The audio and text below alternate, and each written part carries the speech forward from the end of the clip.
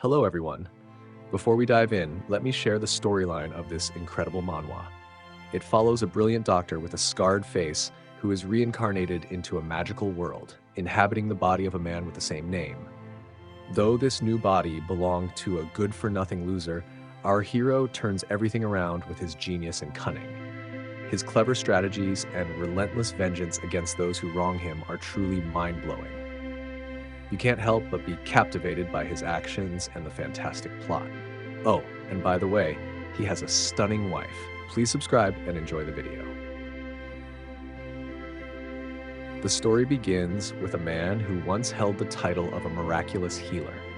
Despite his extraordinary skills in modern medicine, his appearance was so grotesque that he was shunned by society. Dogs would bark at him, and women avoided him like the plague. Once a strikingly handsome individual, his face had been disfigured by an accident during a failed experiment, transforming him into a feared monstrosity. Instead of seeking vengeance against society for his misfortune, he dedicated himself to healing soldiers on the battlefield for 20 years. His life took another unexpected turn when a missile strike rendered him the brightest light on the battlefield. When he awoke, he found himself in a new body, that of Shen-lang. In this life, he regained his handsome and suave appearance, but his challenges were far from over. From the memories of his new body, he discovered he was in Xuanwu City, Nujiang Prefecture, Yu State. Despite being the most handsome man in the city, he was deemed a fool and useless, unable to recognize a single word after 10 years of study. He had met the daughter of the Su family only once and became her devoted admirer. When she needed a husband to ward off a mysterious illness, he eagerly became their son-in-law. However, his humble origins led to mistreatment by the Su family's maids, though the young lady defended him, intensifying his obsession with Su Chenan. Despite their marriage, they never shared the intimacy of husband and wife. Half a month later, he contracted a strange, incurable disease. Just as Shen-lang thought he could live a carefree life, he overheard two maids discussing him, hinting that something might have been added to his medicine. Shocked by their words, he confronted them, but they fled in fear. Shen-lang realized that being a son-in-law in the Su family was far from desirable. As he contemplated his next steps, he discovered a laptop in his mind containing several terabytes of data from his previous life. Additionally, he realized he had gained X-Ray Vision, an ability he acquired during his transmigration. The arrival of Su Chenan, his wife, interrupted his thoughts. She expressed happiness at his recovery, though her face revealed confusion. After the doctor confirmed Shen-lang's good health, Su Chenan's tears of joy seemed insincere. Shen-lang played along, pretending to be the fool everyone thought him to be.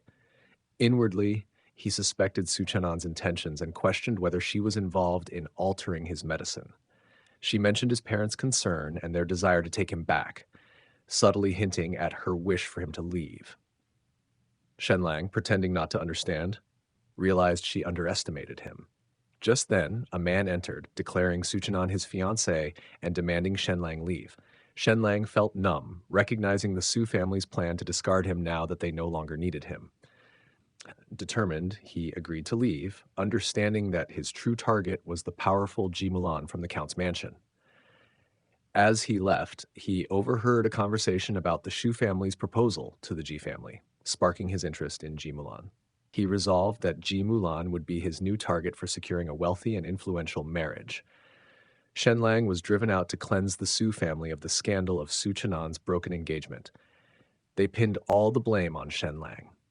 "How audacious, Shen-lang! A poor lad like you married into our Su family, and we treated you well, but you were ungrateful.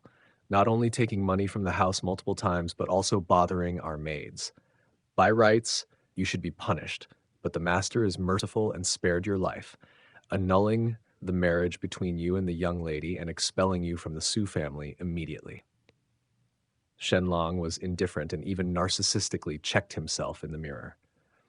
"Good thing I didn't act rashly and ruin my face. It would be over if my face was ruined. Now, I decided to go home first." Meanwhile, inside the Su mansion, someone silently watched Shen-lang leave and then asked the butler, "Is everything arranged?" "Arranged." Su Chenan, still worried about her reputation, asked her father, "Father, wasn't today's action too blatant?" Will it affect my reputation? The Su family head, Su Guangyun, helplessly said, "There's no other way. Only by doing this can young Master Jiangji be pleased. He is the best match you could hope for." Su Chena, knowing the importance of the situation, didn't say anything further. On his way home at night, Shen-lang was suddenly stopped by a group of strong men. "Young Master Shen, please come with us." Knowing he couldn't resist, Shen-lang let them take him away. "I knew they wouldn't let me go." The next second, his eyes were covered and his mouth and nose were blocked, taken by several individuals. After walking for a while, they suddenly stopped, and the group brought Shen-lang in front of a hole that had been dug in advance. Shen-lang was stunned. "Damn! Are they planning to bury me alive? That's too cruel." At that moment, the leader of the group came out. "Please escort young Master Shen into the hole. Remember to light incense afterwards so young Master Shen's departure isn't too miserable." Shen-lang was speechless, thinking, "Being buried alive, whether you light incense or not, my departure is going to be miserable." Suddenly, Shen-lang realized, "Wait, this person, the original owner, has memories of him. I remember now. He is Tian Hong, a notorious underworld leader within 100 miles, ruthless and merciless, with countless souls on his hands." At the same time, through his X-ray vision, Shen-lang discovered a silver needle had been inserted into his body. Tian Hong noticed Shen-lang's peculiar gaze and removed the cloth from his mouth. "What are you staring at? There's a needle in your body, and if it's not removed, it could be fatal. The needle is in a large artery in your lungs, moving with your blood. Once it reaches your brain, death is inevitable," he said. The other henchmen exchanged puzzled glances, and Tian Hong himself was taken aback, thinking even his wife didn't know about the needle. He wondered how Shen-lang knew, realizing he had underestimated him. Shen-lang offered to help remove the needle, but Tian Hong then declared that to spare his life, Shen-lang not only had to agree to help, but also needed to know who ordered the hit. Shen-lang dismissively replied that he didn't need to ask. Unexpectedly, Tian Hong laughed and said he couldn't let Shen-lang go. Shen-lang was confused and thought it odd that Tian Hong didn't seem to value his own life, suspecting he might have willingly had the needle implanted. Tian Hong explained that 3 months ago, Shen-lang's brother had borrowed 5 gold coins from his store to pay for a doctor to treat their father. With interest, the debt had grown to 100 gold coins, and since Shen-lang's family couldn't repay it, Tian Hong planned to bury him alive. This revelation triggered Shen-lang's memories of 3 months ago when he had just married into the Su family, and his father had caused a scene trying to bring him back home. Shen-lang realized his father must have been injured by Su family servants and that the original owner of his body had been negligent. He thought he needed to find another way to escape. Tian Hong then added that they would demolish Shen-lang's house and deal with his brother and parents as well. He promised a quick death before burying him. As Tian Hong's men prepared to execute him, Shen-lang quickly offered 1,000 gold coins in exchange for his life, promising the money within 10 days. Tian Hong's men looked uncertain, and Tian Hong coldly reduced the deadline to 3 days. Shen-lang realized this urgency was due to the Su family's promise of 100 gold coins for his death. Despite his doubts about Tian Hong's claims, Shen-lang agreed verbally. Tian Hong ordered his men to release Shen-lang and let him go, but his men said they didn't have the necessary documents. Shen-lang tore a piece of his clothing, used his blood to write the agreement, and signed it. Tian Hong then warned that if the gold was not delivered within 3 days, he would kill Shen-lang's entire family. 2 of Tian Hong's men were assigned to escort and guard Shen-lang during this period. As Shen-lang headed home, he quickly devised a plan to earn 1,000 gold coins. He knew martial arts were highly esteemed in this world. Even in the small village where the Shen family resided, there was a stone fortress manned by a martial artist and about 20 militiamen for protection. The villagers mostly lived by the river, while the Shen family, who had moved there a decade ago, lived separately on a hillside due to their outsider status and lack of integration into the community. Returning home, Shen-lang found his father gravely ill yet resolute in his intention to go to the Su family to retrieve Shen-lang, fearing mistreatment. This sight broke Shen-lang's mother's heart. His brother, with a pained voice, said, Father, you've been coughing up blood. Please stay in bed. Tomorrow, I'll go to the Su family to demand Shen-lang's return. If they refuse, I'll die at their gate. Shen-lang, who had never experienced such hardship, was deeply moved by his brother's willingness to risk his life for him despite his own injuries. Shen-lang reassured his parents, saying he would make crutches and go to the Su family the next day to fetch his brother. The family truly loves our hero. Overwhelmed by their love, Shen-lang immediately opened the door, knelt before them, and gave them a deep bow. Dad, Mom, your son has returned, he declared. His family was overjoyed at the sight of him. Shen-lang, is it really you? You've come back? Am I dreaming? I thought I would never see you again, they exclaimed. Shen-lang then apologized to his mother and father individually. I know my mistake. I will never go to the Su family again, he vowed. His mother, overjoyed, hugged him tightly. My son has really grown up, she said. Shen-lang hugged his mother, feeling a pang of guilt inside. He realized that just saying he wouldn't go to the Su family anymore was enough for them to consider him sensible. They had always spoiled him too much, and the previous Shen-lang had not been worthy of their love. At the same time, they noticed a change in him. His eyes were clearer and more spirited. His younger brother guessed that Shen-lang had been kicked out by the Su family, while their mother thought it was a blessing in disguise and began to consider arranging a marriage for Shen-lang, perhaps with a widow from the village. Shen-lang was speechless. Dad, Mom, let's not think about these things for now. I'm not lacking a wife. Let's not talk about this. Dad, let me check your illness, he said. Using his X-ray vision, he examined his father, noticing several broken ribs and severe bleeding in the lungs. Decades of medical experience from his past life guided him. Shen-lang immediately formulated a solution. The first step was to drain the blood clot in his father's lungs, then use antibacterial herbs to reduce inflammation, and finally use nourishing herbs to restore vitality.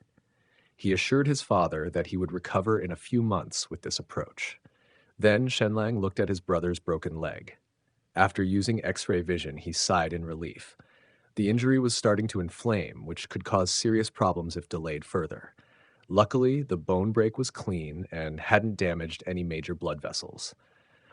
His brother, not wanting Shen-lang to worry, said, Brother, you're not worried about our family not having enough for a dowry, are you? Don't worry.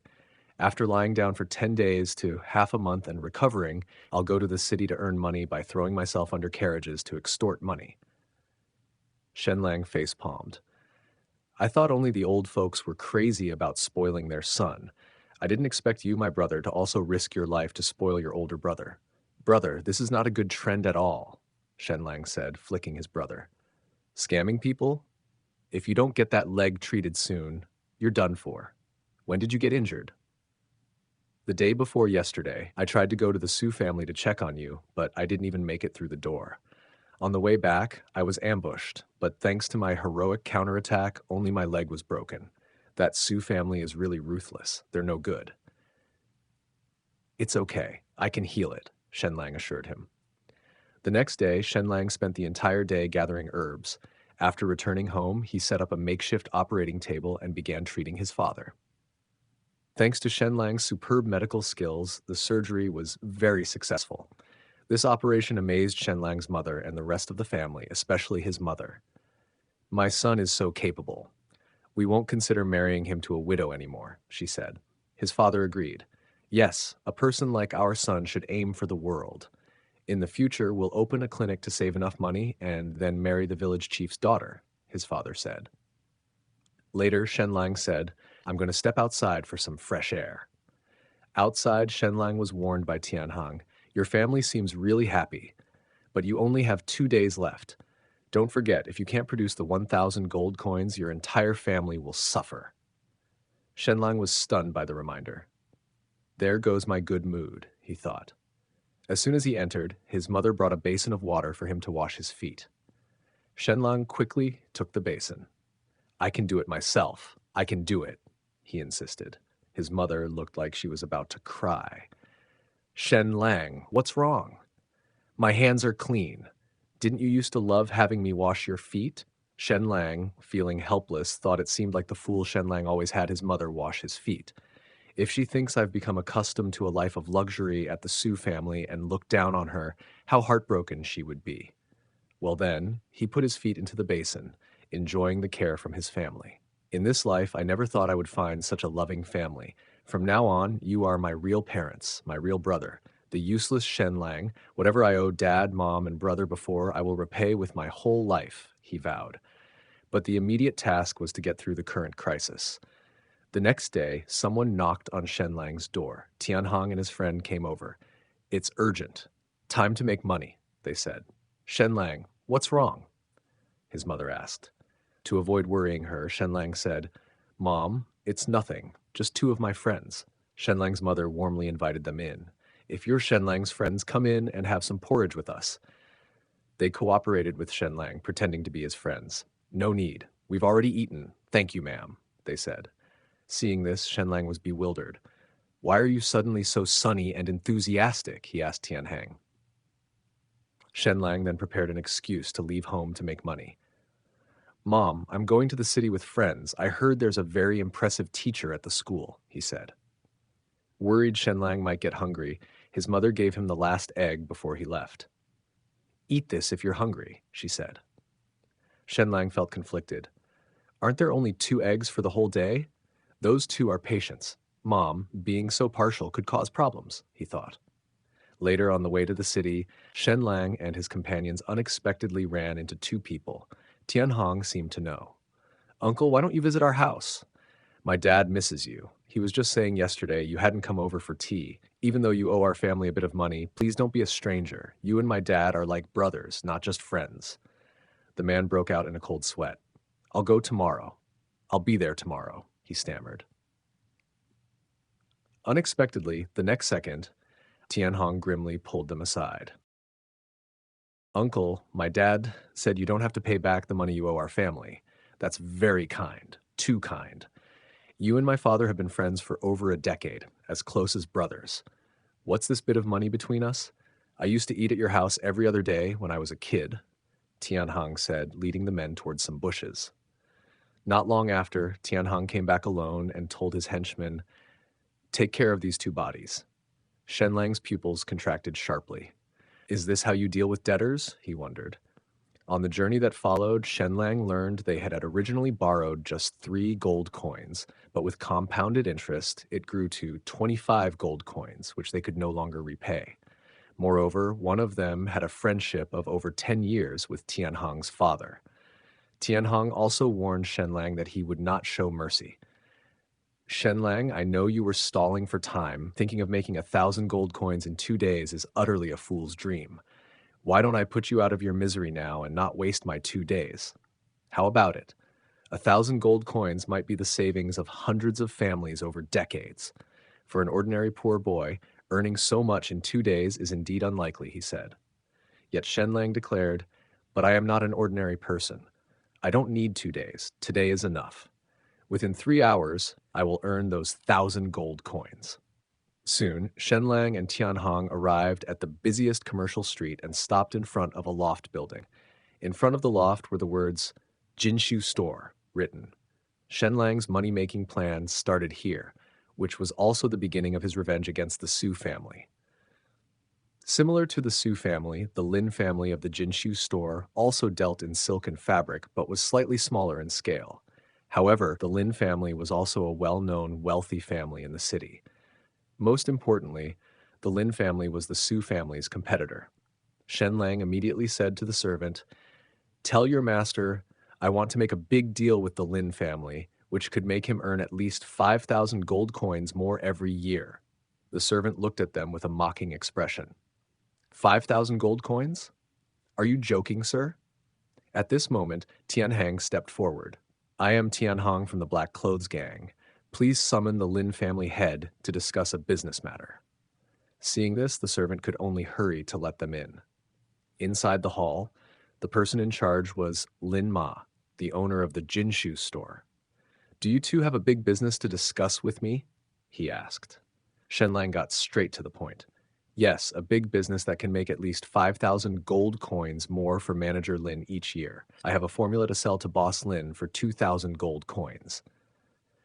Upon hearing the price, the Lin family head ordered the servant to see the guests out. Lin's time is precious. I don't have the leisure to waste it with honored guests. Show them out, he said. At the same time, even Tian Hang was furious. Is this the business you wanted to discuss, Shen-lang? 1,000 gold coins were already absurd, and you even dared to ask for 2,000 gold coins. I must be crazy to have brought you to the Jinshu store. You're seeking death, he said. But at that moment, Shen-lang took out a piece of golden fabric.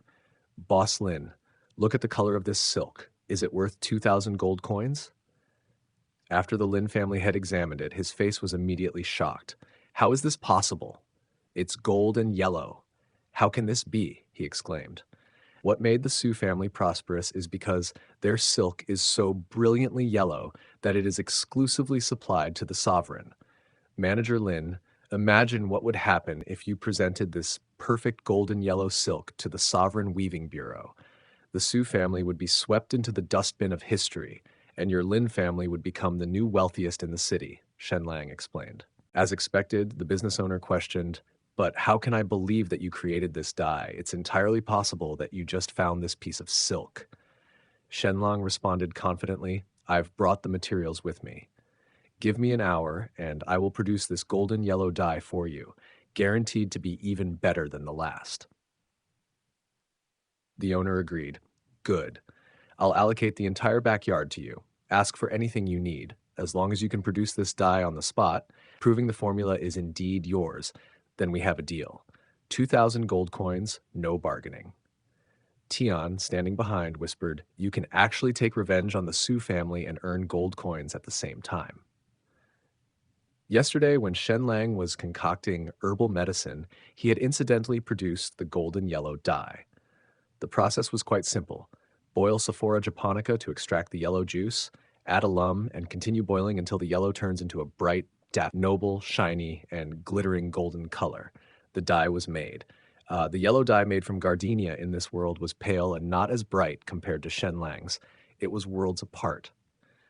2 hours later, Shen-lang emerged from the brewing room with the dazzling golden silk in his hands.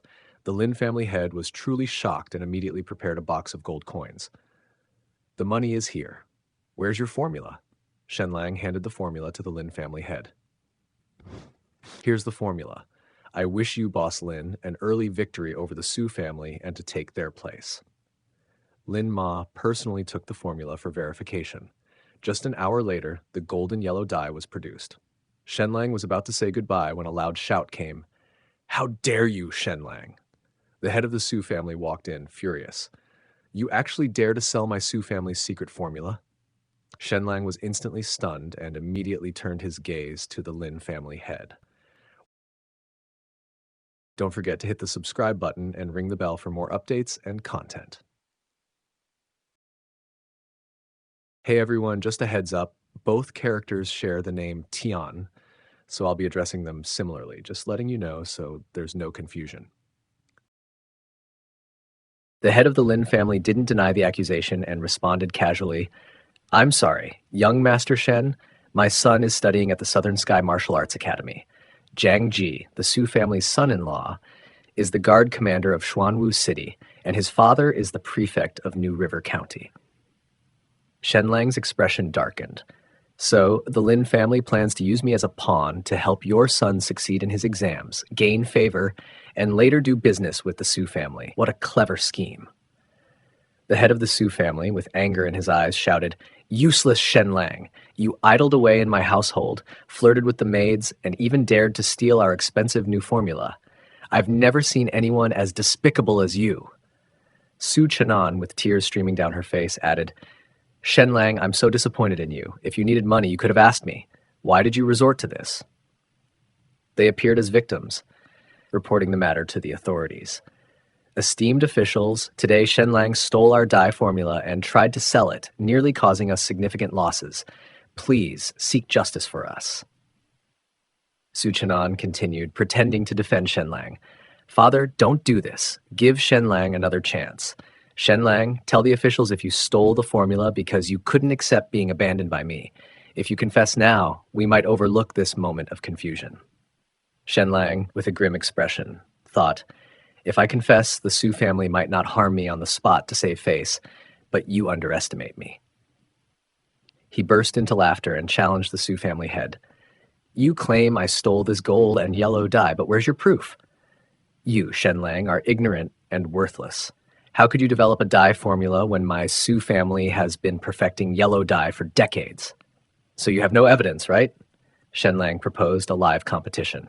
Esteemed officials, if I can produce a better golden yellow dye here, won't the truth be revealed? Su Chenan, still pretending, said, even though you stole the formula from us with some seriousness, you might create something better. Shen-lang smiled. Let's not just compare yellow, but purple too. The hardest color to dye isn't yellow, but purple, which requires 300 dye mollusks for just 1 gram. The Great Flame Dynasty hasn't mastered extracting purple from mollusks using red and blue dyes instead, resulting in poor quality. Shen-lang continued, I, Shen-lang, can only use simple methods to make purple dye, but your Su family has many resources. Are you scared? The Su family agreed. If you produce better purple dye, we won't object. Not just objecting, the Su family head must apologize to me. Let's limit it to 3 hours. In 3 hours, we'll see who is superior. Officials, please witness this. Shen-lang re-entered the backyard, processing the litmus lichen he had prepared. By crushing and boiling the lichen with ash and urine, he could produce vibrant purple dye. But Shen-lang aimed to create something beyond this era's knowledge.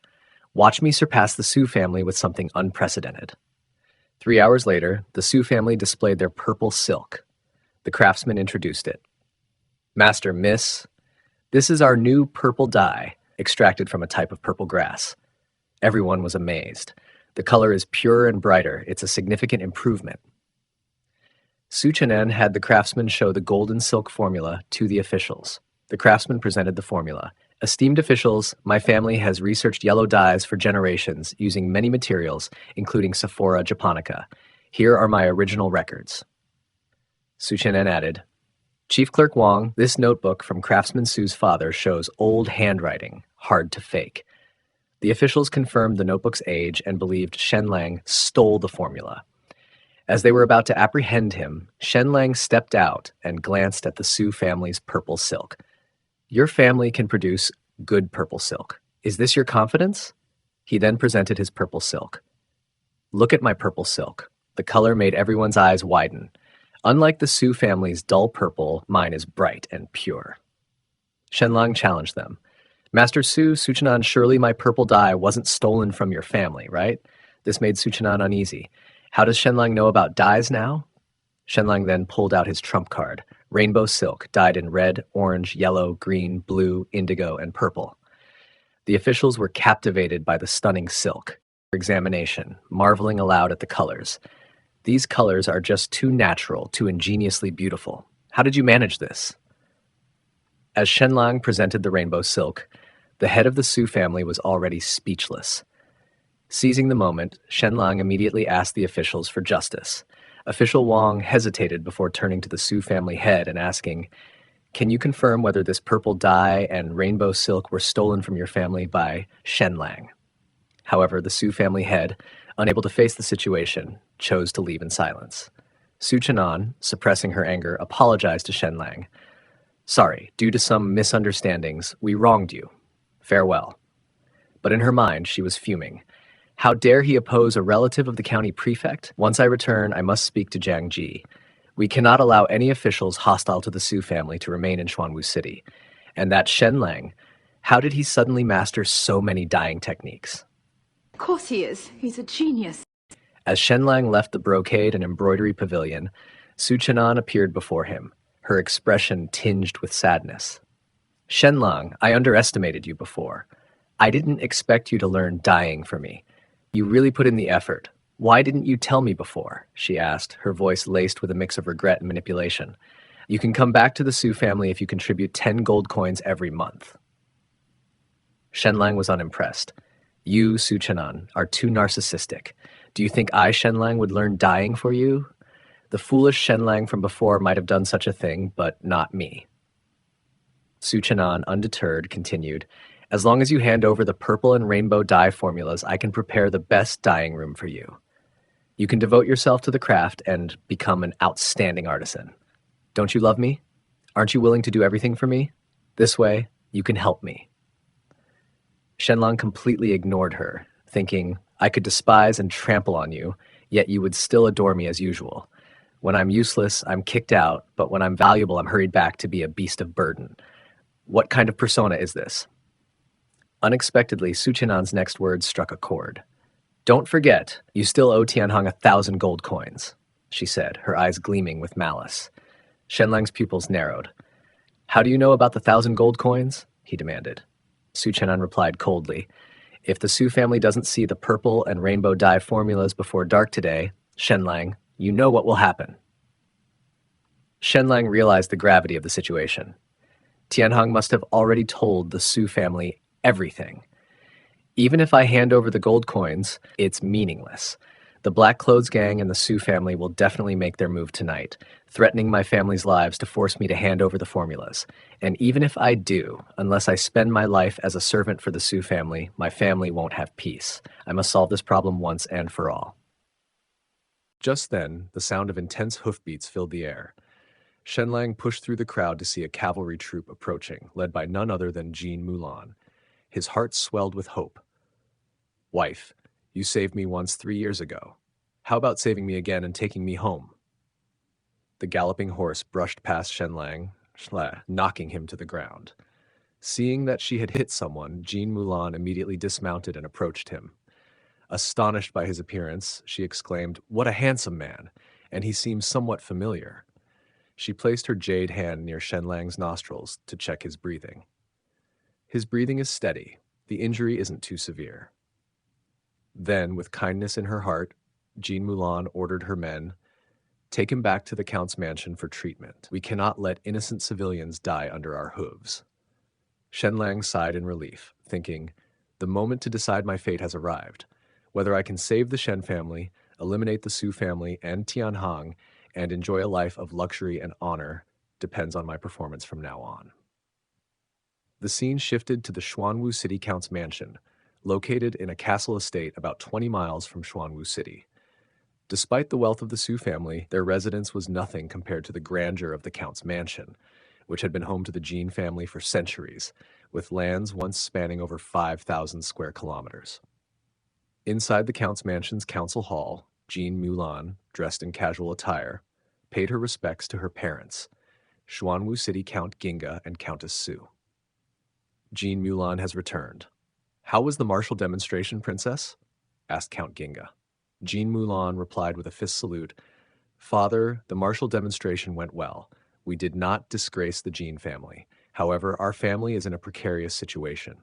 She continued, my brother is not up to the task. The Yuo state has begun stripping nobility of their military rights. Jean Mulan responded, please rest assured, father, with your daughter here, our Xuanwu City Count's mansion will not fall. I will remain unmarried for life, stay at home to assist my brother, and protect our Jean family's century-old foundation. Count Ginga sighed, alas, but unfortunately your brother Jean Mutong is incompetent. At that moment, a servant entered the hall and reported, Master, there is someone asking to see you. It's the young man Miss brought back today, saying he has urgent matters to report to the Count about Mrs. Marriage. Count Ginga's interest was piqued. I heard Jean Mulan's cavalry injured a young man. I don't know, could it be him? And it's about a marriage? Bring him to see me. A moment later, Shen-lang was brought into the hall. After paying his respects to Count Ginga, he got straight to the point. I have heard that the Shu family wishes to propose a marriage. Shu Honua wants to marry Miss Jean Mulan. As he spoke, both Jean Mulan's and Count Ginga's expressions changed dramatically. The Shu family is a top-tier power in the Yue state, not only related by marriage to the sovereign, but also the family of the governor of the southern Zherni province and the general pacifying the south. Count Ginga questioned Shen-lang. This matter is confidential. Even I was unaware. How did you come to know of it? Shen-lang responded, previously I was a live-in son-in-law at the Su family.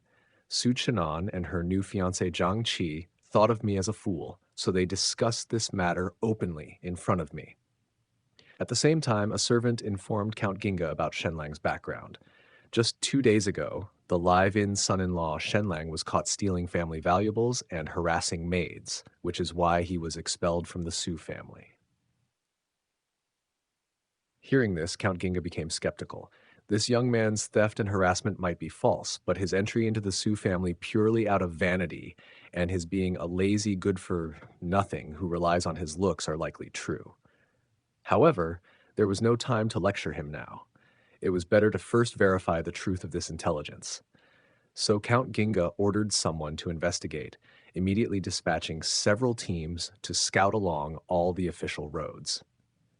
If anyone from the Shu family is spotted, report back immediately, he instructed. Although Count Ginga had a poor impression of Shen-lang, he still said, "Young man, I don't think highly of you, but the information you've provided is extremely important. I will surely reward you handsomely. Tell me, what do you want? As long as it doesn't violate national laws or morals, I can grant it." Shen-lang's opinion of the Count improved instantly. "That's generous. Even before verifying the information, you're promising a big reward, allowing me to ask for anything. This means just one word from me and the Su family wouldn't dare touch me. Moreover, I could cause them quite some trouble. But what I want isn't just for them not to dare touch me. What I really want is..." At this point, Shen-lang knelt with a fist salute. "Count, please allow me to stay at the Count's mansion and give me a job." Of course, Shen-lang didn't actually want to work. He wanted the opportunity to get close to Jean Mulan. As long as he could stay at the Count's mansion, he could find a way to get close to Jean Mulan, then attract the goddess with his charm. Father Jean turned and agreed, saying, "From now on, you will study with the Crown Prince. Your parents may have spoiled you, but here at the Count's mansion, we will not. We will make sure you become a talented individual." At that moment, a subordinate hurriedly ran over, exclaiming, "Master, there's trouble." The Shu family's General Shu Len, who is responsible for pacifying the South, arrived at New River City last night and is now heading toward Zhuanwu City. Everyone was shocked upon hearing this, especially Shen-lang, who was particularly astonished. How could the Shu family act so quickly? I, Shen-lang, need time to make an impression and be noticed. Now, forget about half a month. Not even 3 days are left. No, perhaps not even 1 day. I might only have 2 to 3 hours left, and my goddess might belong to someone else. The Su family, being such a powerful entity, was not one that the Count's mansion could afford to offend. In other words, they couldn't refuse the proposal. Jean Mulan even considered disfiguring herself to make the Shu family give up the idea of proposing. However, Father Jean intervened, taking the knife away. "I must protect our family's century-old foundation, but more importantly, I must protect my daughter. Even if you disfigured yourself, the Shu family would still propose to you unless you get married today, taking in a husband, water, which would make it impossible for the Su family to proceed."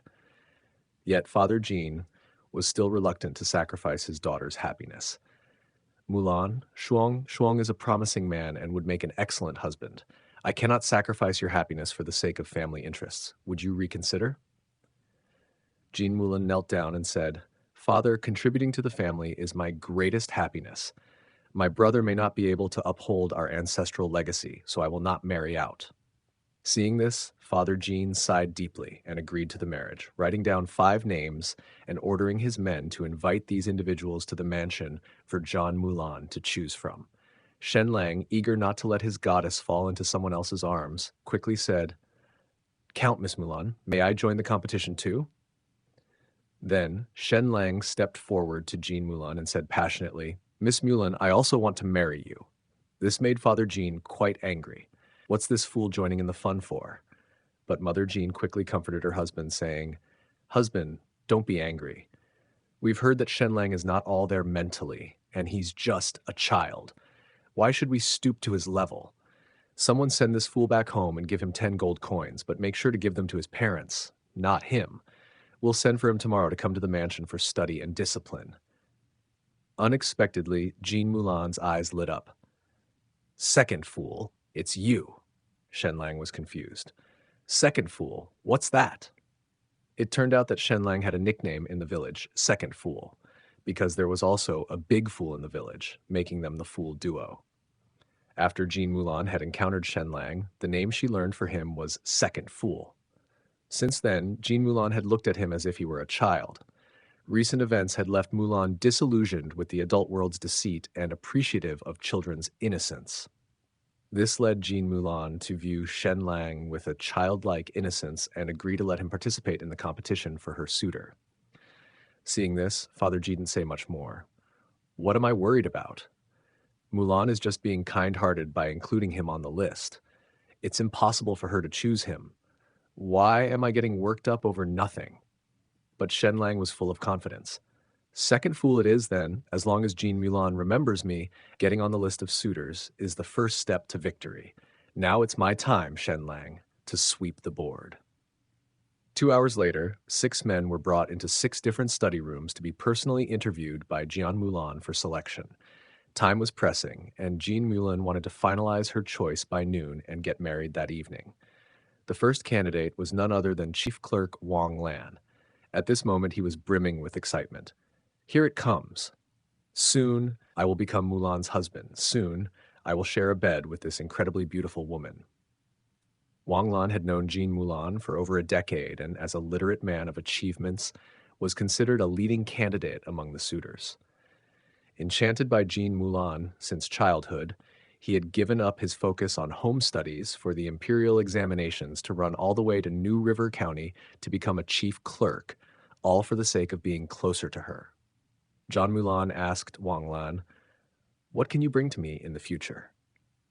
Thinking to himself that he understood Mulan well, especially her valuing the century-old foundation of the Count's mansion, Wang Lan confidently said, "After we marry, I will go on to pass the imperial examinations. From then on, with you handling military affairs and me in charge of the civil side, we will surely make the Xuanwu City Count's mansion even more prosperous and ensure the Jean family's legacy flourishes and is passed down through generations." Jean Mulan didn't say much in response, only offering a "thank you, cousin," before turning and leaving. Afterward, Jean Mulan posed the same question to the other 4 men. The answers she received were more or less similar to Wang Lan's. After hearing from 5 candidates, Jean Mulan went to Shen-lang's room last. She asked him the same question. "Shen-lang, if you were to join the Count's mansion, what could you bring to me in the future?" Shen-lang replied, "What can I bring? That would be a lot. First off, my eyes are quite sharp. Mulan, if your training causes a blockage in your meridians, I know where to unblock them. Wink, wink. I can also improve the Count's mansion's steel smelting level and enhance the Jean family's private army's armament level. I could even be a part-time gynecologist. If Mulan, you have pain during those days of the month, I can help treat it." But these things, while possibly interesting to Jean Mulan, couldn't truly move her. However, the next moment, Shen-lang said word by word, "What I can give you is freedom. You can do anything as long as you don't steal men." The conservative Jean Mulan, upon hearing such a thing as stealing men, was both embarrassed and angry, furiously scolding, truly a second fool without a bit of sense. Little did she know, Shen-lang's lips curled up in a smile. "Not a bit of cleverness. My titanium alloy dog eyes have seen through your little schemes. Don't underestimate your future husband." Afterward, Jean Mulan returned to the hall to inform her parents. "Father, mother, I have made my choice." Well, that was fast. Father Jean and Mother Jean felt a sense of relief. It hasn't even been a quarter of an hour, so quickly. Mulan wouldn't make a hasty decision. Who is it, Wang Lan or Moy?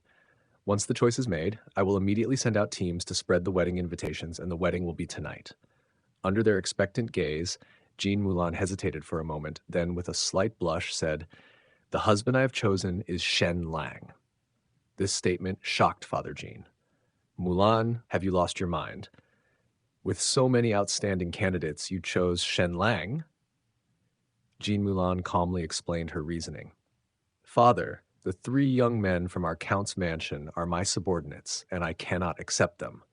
While Wang Lan and Moy are exceptional, one says he wants to compliment me in managing the Count's mansion through literature and martial arts, and the other claims his martial prowess is unmatched and wants to lead the Count's mansion's army to achieve great merit." Father Jean, puzzled, asked, "Mulan, isn't that very good?"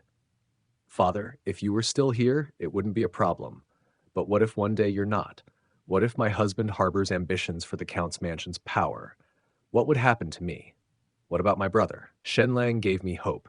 His answer was to give me the freedom to do anything as long as I don't betray him.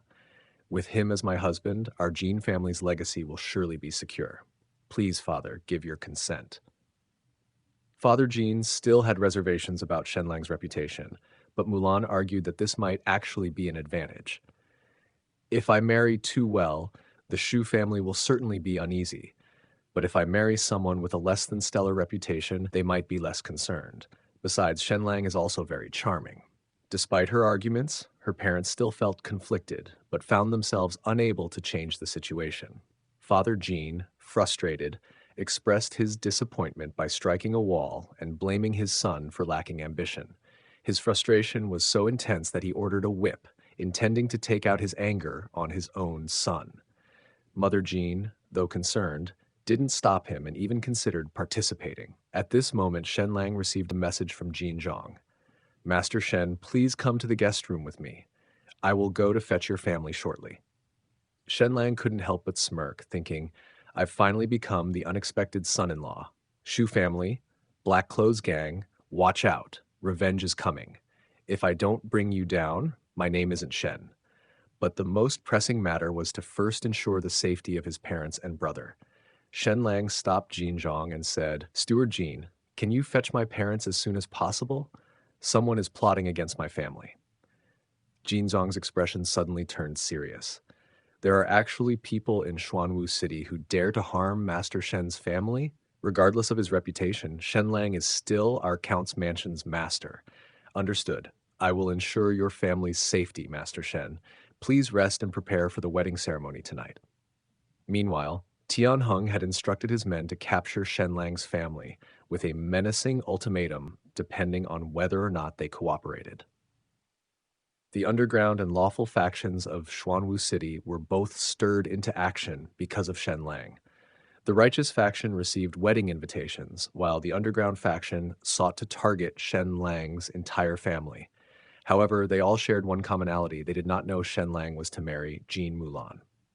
So when the Jean family suddenly announced Jean Mulan's wedding and quickly began the ceremony, it caused a stir across Xuanwu City, though it didn't deter Tianheng's plans. Tianheng led his men to breach the gates of the Shen family, but the scene inside caught them off guard. Instead of fleeing, the Shen family stood their ground, ready to defend themselves. This only fueled Tianheng's determination. Just as he was about to strike, he felt a powerful presence approaching. The intimidating aura immobilized him, and when Tianheng saw who it was, he was shocked to recognize Jin Zhang from the Xuanwu City Count's mansion. This realization made him break out in a cold sweat, wondering, why would someone from the Count's mansion be here? What's their connection to Shen-lang? Tianheng was forced to explain, by the order of the city lord, we are arresting those accused of evading taxes by concealing their lands. Everyone else must leave immediately. Jin Zhang responded calmly but firmly. Normally, we wouldn't interfere with the city lord's affairs, but our master has invited Mr. Shen and his family to a wedding. If I don't bring them back, I can't fulfill my duties. Could you make an exception? Tianheng asked. May I know who your excellency is? Jin Zhang revealed his identity. Upon hearing this, Tianheng immediately backed down. Since the Count's mansion has made a request, I dare not interfere. I will report back to the city lord. Jin Zhang then instructed, Thank you. Someone please escort Mr. Shen, Mrs. Shen, and young Master Shen onto the sedan. A group of fully armed Jin family soldiers then entered and escorted Shen-lang's family away.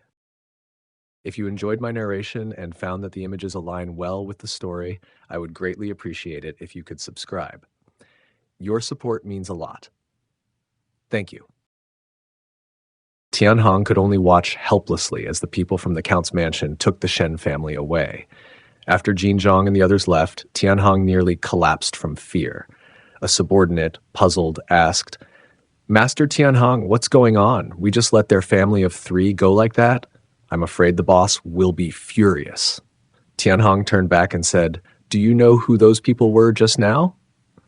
That was Jian Zhang from the Xuanwu City Count's mansion, a trusted follower of the Lord Count. This is all Shen-lang's doing. You all better hope his connection with the Count's mansion isn't deep. Otherwise. Otherwise, what, Master Tianhang? The subordinate asked. Otherwise, everyone might as well go home and say their goodbyes to their parents, spouses, and children. Let's go back and report to our foster father. If something big is about to happen, we need to prepare an escape plan. We work for these people. They can't just abandon us. Shen-lang is very clever. If we want to save ourselves, we need to act fast. Once he makes his move, it'll be too late. Back at the Black Clothes gang, when Tianhang returned to report, Tianheng was in a foul mood.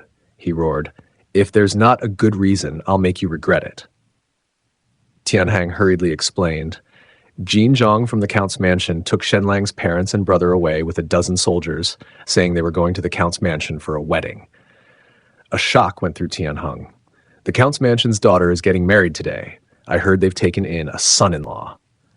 Tianheng was greatly surprised. No, it's impossible, absolutely impossible. I also find it hard to believe, Tianheng replied. How could someone as insignificant as Shen-lang ever be connected to the Count's mansion? Foster father, Shen-lang is extremely clever and should not be underestimated. We need to be proactive about this. I'll head into the city right away. Half an hour later, within the Lin family's secret chamber, the head of the Lin family was shocked upon hearing the news. It's impossible, absolutely impossible. Shen-lang is known for being worthless. Does the Count's mansion have no regard for their reputation? Tianheng asked. Master Lin, did Lord Count mention who the groom is when he suddenly sent out wedding invitations today? The head of the Lin family shook his head. No, but it absolutely cannot be Shen-lang. Even if the sun rose from the west, it wouldn't be possible. I've received an invitation to the wedding tonight. I'll go and see for myself. If the Count's mansion's son-in-law is truly Shen-lang, we better prepare in advance. Tianheng said, I'll also go. Though I don't have an invitation, the Xuanwu City Count surely won't turn away guests and risk losing face. Meanwhile, inside the Xuanwu City Count's mansion, renowned merchants and high-ranking officials of Xuanwu City came to witness the ceremony, including Su Chanan and Zhang Ji. With the arrival of the Count and his wife, the master of ceremonies loudly announced, "The groom has arrived." Immediately, a large red sedan was carried in, and the groom, wearing a mask, slowly stepped out from it. With just a gesture of raising his hand, the expressions of Su Chanan and others changed dramatically. This familiar figure, they were almost certain, it was Shen-lang. As Shen-lang stepped toward Jean Mulan, it signified that from this moment on, he would rise to a new level. When Jean Mulan appeared, her silver dress perfectly accentuated her stunning figure. The master of ceremonies continued to shout, "The auspicious moment has arrived. Bow to heaven and earth to honor the heavenly couple. May your union last forever. Bow to the high hall to honor the parents whose kindness is as deep as the ocean and as strong as a mountain. The couple bows to each other, wishing you a heart that beats as one forever." After the solemn yet brief ceremony, they were about to be led to the bridal chamber, but suddenly loud laughter interrupted the proceedings. The person was none other than the city lord of Xuanwu City. He said, "Lord Count, although tradition dictates that the groom reveals his face in the bridal chamber, I am curious to see what kind of exceptional man is worthy of Miss Mulan. Could you satisfy my curiosity?" The Count was about to refuse, but then another uninvited guest arrived. This person was the leader of the Shu family, General Shu Len, who had come to propose marriage earlier. "Xuanwu City Count, you lack hospitality. You didn't inform me of my niece's wedding. Had I not been in Xuanwu City on official business, would I have missed it? What kind of young talent is worthy of my niece Mulan? Reveal your face and let us see." At this moment, the guests around them also started to chant for the unveiling. The couple looked at each other and agreed to remove the mask. The next second, Shen-lang took off his mask, revealing his extraordinary face, prompting a moment of astonishment among those present. Tianheng's eyes widened, followed by a chill that spread over his entire body. But the most shocked were Su Chanan and Zhang Ji. Who is Jean Mulan, and who is Shen-lang? How could the high-standing Xuanwu City Count ever choose someone with such a reputation as a son-in-law? Zhang Ji was overwhelmed with jealousy. The Jean Moulin whom even I dared not dream of being with is actually marrying Shen-lang, this man I thought was worthless. Suddenly, Zhang Ji burst into laughter, drawing all eyes in the room toward him. He pointed at the couple and challenged, "Miss Jean Moulin, this wedding of yours is a joke, isn't it? That Shen-lang is clearly someone who doesn't even know his place. Miss Moulin, how could you possibly be interested in such a person?" Zhang Ji's words were echoed by Shen-lang's classmate Yin Zhong, who, eager to align himself with Zhang Ji, also stepped forward to accuse, "He's not just low in status, he's completely unsuitable." Shen-lang confronted Yan Shang, saying, "Yan Shang, you call me a fool, but do you have any proof?" Yan Shang sneered, "Ha, you've been studying for 10 years and still can't recognize 1,000 characters. Isn't that proof enough? Here, I'll write a few characters. If you can recognize them, I won't call you a fool. But if you can't, then you are. How about that?" He then ordered someone to bring over a brush, ink, paper, and an inkstone. With a broad stroke, he wrote down 3 characters and then looked at Shen-lang with contempt. "If you can recognize these, then you're not a fool." Everyone around expected Shen-lang to embarrass himself, as the characters were quite obscure. Indeed, Shen-lang didn't recognize them at first glance, but he had a secret advantage, a modern knowledge base that had traveled through time with him, containing dictionaries and more. All he needed to do was follow the annotations. Shen-lang read out the annotations word by word and even explained the origin of each character. After he finished, Yan Shang was left stunned. Shen-lang is supposed to be an idiot. How does he know so much? Shen-lang then turned to Lord Zhang and said, "Lord Zhang, you are knowledgeable and skilled in both letters and arms, and also Yan Shang's teacher. Did I read those 3 characters correctly?" Zhang Yuan was silent for a moment, then closed his eyes and replied, "You did." At his words, the crowd gasped in astonishment. How could this be possible? Shen-lang then suggested writing a few characters for Yan Shang to recognize. He wrote down several dozen characters on the paper. Yan Shang's eyes widened in confusion as he tried to read them, but he could only recognize a few. Struggling, he read them out loud. "I am a fool." As soon as he realized what he had said, it dawned on him that he had fallen into Shen-lang's trap, and the guests burst into laughter. Even Jean Moulin smiled lightly as Yan Shang made a fool of himself. Seeing his student embarrassed, Zhang Yuan stood up and said, "It seems Master Shen is quite proficient in obscure characters. I have an ancient text here. I wonder if Master Shen could enlighten me?" The atmosphere in the room became electric. The student had been humiliated, and now the teacher was stepping in. Shen-lang remained unfazed. "Since Lord Zhang wants to test me, I'll give it a try." Zhang Yuan wrote down a character, and Shen-lang, along with Jean Moulin, fell silent. Seeing Shen-lang hesitate, Yin Shang jumped in to mock him again. "Ha! Shen-lang, you don't recognize this character, do you?" Shen-lang then asked Lord Zhang, "If I'm not mistaken, you also don't know how to pronounce this character, do you? You must have deduced its meaning from the context of the text, but its pronunciation remains unknown, right?" "Indeed, but understanding the meaning is more important than knowing the pronunciation, isn't it?" replied Zhang Yuan. Shen-lang smiled. "It's fortunate then that I happen to know how to pronounce it." Thinking to himself, "I'll pronounce it however I like." Yin Shang was taken aback. "Impossible. My teacher said that this character's pronunciation can only be inferred from the context of the text, so it's impossible for anyone to know how it's pronounced." Seeing how stubborn Yin Shang was, Shen-lang seized the opportunity to make a bet. "If I know how to pronounce this character and also know its meaning, how about you slap yourself?" Yin Shang countered. "And what if you don't know or get it wrong?"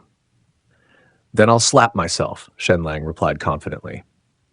As soon as the words were spoken, Yin Shang clapped his hands and agreed. "Let everyone bear witness."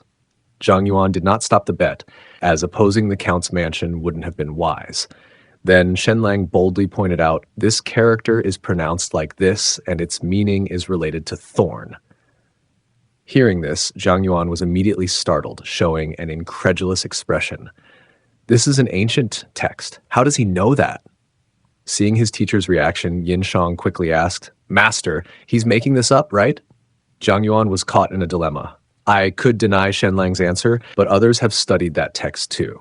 If word gets out, my reputation could be damaged. I have no choice but to tell the truth. Yin Shang, you have only yourself to blame for being so overconfident." With this thought, he immediately changed his tone and said, "Master Shen truly has a deep understanding of characters. Such a promising young talent." Hearing Zhang Yuan's acknowledgement, the room buzzed with surprise. Was Shen-lang really that knowledgeable? Even Jean Mulan had not expected her husband to possess such profound knowledge. Meanwhile, Yin Shang was terrified. Now, shouldn't Yin the great scholar fulfill his promise? Shen-lang asked with a smile. Hearing this, Yin Shang immediately looked to his teacher for help, but Zhang Yuan showed no intention of intervening. Seeing no way out, Yin Shang, with a twisted expression, said, "Shen-lang, I will remember this day," and then gave himself a loud slap. Shen-lang smiled with satisfaction, feeling immensely gratified. At that moment, Lord Jin asked Shen-lang to take Jean Mulan to meet his parents. Just as they were about to leave, Shu Len stopped them. "Not bad, young man. I'll remember you." The underlying threat in his words was clear, but Shen-lang was unfazed. "Thank you, Lord Shu, for your kind words." Shen-lang's parents, worried they might embarrass their son, sat reserved in the back hall, even reluctant to wear the new clothes sent by the Count's mansion for fear of damaging them. Upon entering, Shen-lang immediately knelt down, with Jean Mulan following suit, saying, "Your daughter-in-law pays her respects to her father-in-law and mother-in-law." Despite Shen-lang's parents' humble status, there wasn't a hint of hesitation or reluctance in Jean Mulan's actions. Shen-lang's mother quickly came forward to help them up, saying, "This is the princess of the city, after all." Mulan also thanked her mother-in-law warmly. Seeing this scene, Shen-lang couldn't help but think, "She truly is my goddess, beautiful inside and out." After a round of pleasant conversation in the back hall and sharing dinner, Shen's family excused themselves early. Before leaving, his brother couldn't resist teasingly reminding Shen-lang, "A night in spring is worth 1,000 gold." Once everything was settled, Jean Mulan gently pushed open the door. As the stunning beauty walked toward him, Shen-lang felt as though he were in a dream. "She's so beautiful. Am I dreaming? I can't believe I actually married her." Jean Mulan, with a shy expression, said, "Your performance today was very different from what the rumors suggested." Unable to disclose the truth about his transgression, Shen-lang simply laughed and said, "I had a serious illness at the Su family, almost like I died and came back to life. Suddenly, my mind became clear." Jean Mulan, feeling a twinge of guilt, responded, "Shen-lang, there are some things I need to be honest about. I never intended to marry, dedicating myself entirely to my family. It was only due to the pressure from the Shu family that I had to take a husband. We are husband and wife in name, and that won't change, but as for the duties of husband and wife, I'm sorry, I cannot fulfill them." Shen-lang thought to himself, "Of course. How could a proud woman like Mulan easily share a bed with a man? To truly be with her, I must first win her heart." He then said, "I understand." Jean Mulan stood up and said, "You've been wronged, husband, but tonight is your wedding night, and I cannot let you spend it alone in an empty room. Little Bing, come in." A shy young girl walked in, Jean Mulan's personal maid, just 18 years old. When Shen-lang saw Little Bing, his eyes widened. "I didn't expect my goddess to arrange everything so thoughtfully." At that moment, Shen-lang was overjoyed inside, but still pretended to be concerned. "Is this really okay?" But Mulan insisted on not letting Shen-lang's life be delayed because of her own reasons, leaving Little Bing behind. She even instructed Shen-lang to hurry up and have a child to give an explanation to his parents. After a moment, Shen-lang dropped his gentlemanly pretense, opened his arms wide, and said, "Since my wife has arranged this with such care, I shall respectfully comply. A night in spring is worth 1,000 gold. Help me undress." Upon hearing these words, both were shocked. Jean Mulan thought, could this man be a libertine? But she still courteously closed the door for them. After Mulan left, Little Bing stood trembling in front of Shen-lang and then began to cry uncontrollably. Seeing her crying, gasping for breath with tears and sobs, Shen-lang's heart sank. Jean Mulan doesn't care for me, and now even a maid looks down on me. He then waved his hand and said, "If you don't want to, just go." Hearing Shen-lang tell her to leave, Little Bing fled from the room as quickly as she could. Shen-lang watched in silence. Despite being handsome, he reminded himself that he had married into the Jin family to protect his own family. He shouldn't be greedy. With this thought, Shen-lang lay down and fell asleep peacefully. The next morning, Shen-lang and Jean Mulan were having breakfast together, like an ordinary couple planning their day. Little Bing was serving them as if nothing had happened the night before. "Husband, I wonder what your thoughts and goals are for the future?" Jean Mulan asked. However, Shen-lang simply answered, "No goals," while thinking to himself, "My goal was to marry into a wealthy family and live a comfortable life. I've already achieved that." Jean Mulan, reflecting on Shen-lang's performance at their wedding, believed he must have grand ambitions and goals, which left her puzzled. When Shen-lang mentioned yesterday's events, he remembered he did have one goal: to bring down the Shu family and make Shu-chan beg for mercy. Hearing this, Mulan was utterly speechless, thinking, where's the grand ambition? The focus on revenge really dampens the generosity. Jean Mulan could only offer some pastries and say, "Husband, perhaps you should have some more pastries. The Shu family has a marriage alliance with the Zhang family, and they have the backing of the Shu family. It's not easy for our count's mansion to take action against them." Shen-lang picked up a pastry with a mischievous grin and asked, "Then can I start by dealing with Tianhang?" Mulan shook her head. "I'm afraid that's not possible either. Tianhang is under the jurisdiction of the Xuanwu city lord and has ties with the Jin family. If our count's mansion acts against him, it would be akin to turning against the city lord." Hearing Mulan's reply, Shen-lang grew anxious. "Isn't the count's mansion very powerful? Why can't we do anything?" Then, as the young master of the count's mansion, "I'll go slap Tianhang's face. Surely that's fine, right?" Once Mulan agreed, Shen-lang quickly stood up, and before she could react, he was already running to the door. "Husband, are you in such a hurry to seek revenge? Don't you have time to talk more with your new wife?" Mulan called after him, but Shen-lang was already gone. After his impressive performance at the wedding, everyone in the count's mansion began to see Shen-lang in a new light. With Mulan's permission, Shen-lang prepared to teach Tianhang a lesson, but first he followed tradition by going to the count's mansion to pay respects to the count and his wife with tea. The count was very pleased with Shen-lang's behavior during the wedding and had softened his attitude. He inquired about Shen-lang's plans for the day. "My parents raised me with great care, and now that I've married into the count's mansion, I feel somewhat undutiful. Today, I wish to return home to spend time with them and show my filial piety," Shen-lang said, using this as a reason to request leave. The count, deeply moved, exclaimed, "Filial piety comes first. It's rare to see such devotion." He then ordered 2 gifts to be prepared and sent to Shen-lang's parents on his behalf. Afterward, Shen-lang respectfully thanked his in-laws and walked toward the door, with the count and his wife very satisfied with his manners. Lady Jean also praised him, and the count thought that Jean Mulan's choice of son-in-law showed great foresight, contrary to the rumors. Leaving the count's mansion, Shen-lang called out to the guards, "Prepare the carriage. I'm going home. And when we pass by the Black Clothes gang, let's go straight in. I want to have a word with Tianhang." Suddenly, Shen-lang caught sight of a majestic horse nearby and immediately had an idea. If I want to impress, why not ride a handsome horse in a dashing manner? But 2 minutes later, the guards watched in disbelief as Shen-lang struggled to mount the horse, utterly speechless. Our young master really is hopeless, they thought as Shen-lang fell off the horse. Getting up and straightening himself, Shen-lang said, "I think the sun is quite strong today. Let's take the carriage back instead." The guards, exasperated, could only agree. Half an hour later, Shen-lang's carriage, escorted by 2 guards, sped into the Black Clothes Gang's territory. The guards on the city tower, seeing someone daring to enter the Black Clothes Gang, immediately prepared to release arrows. A quick-thinking guard stopped them. "Don't shoot. That's a carriage from the Count's mansion. Do you want to lose your lives? Hurry up and notify the leader." As the carriage halted, Shen-lang arrogantly stepped down. "Leader Tian, I hope you're well," he called out. Tianhang, having received the news, had already gathered his men in the courtyard to welcome them. "Ha ha! Master Shen, you could have sent someone. Why trouble yourself to come in person?" Tianhang said, laughing as he walked toward Shen-lang with open arms. But inwardly, he was seething.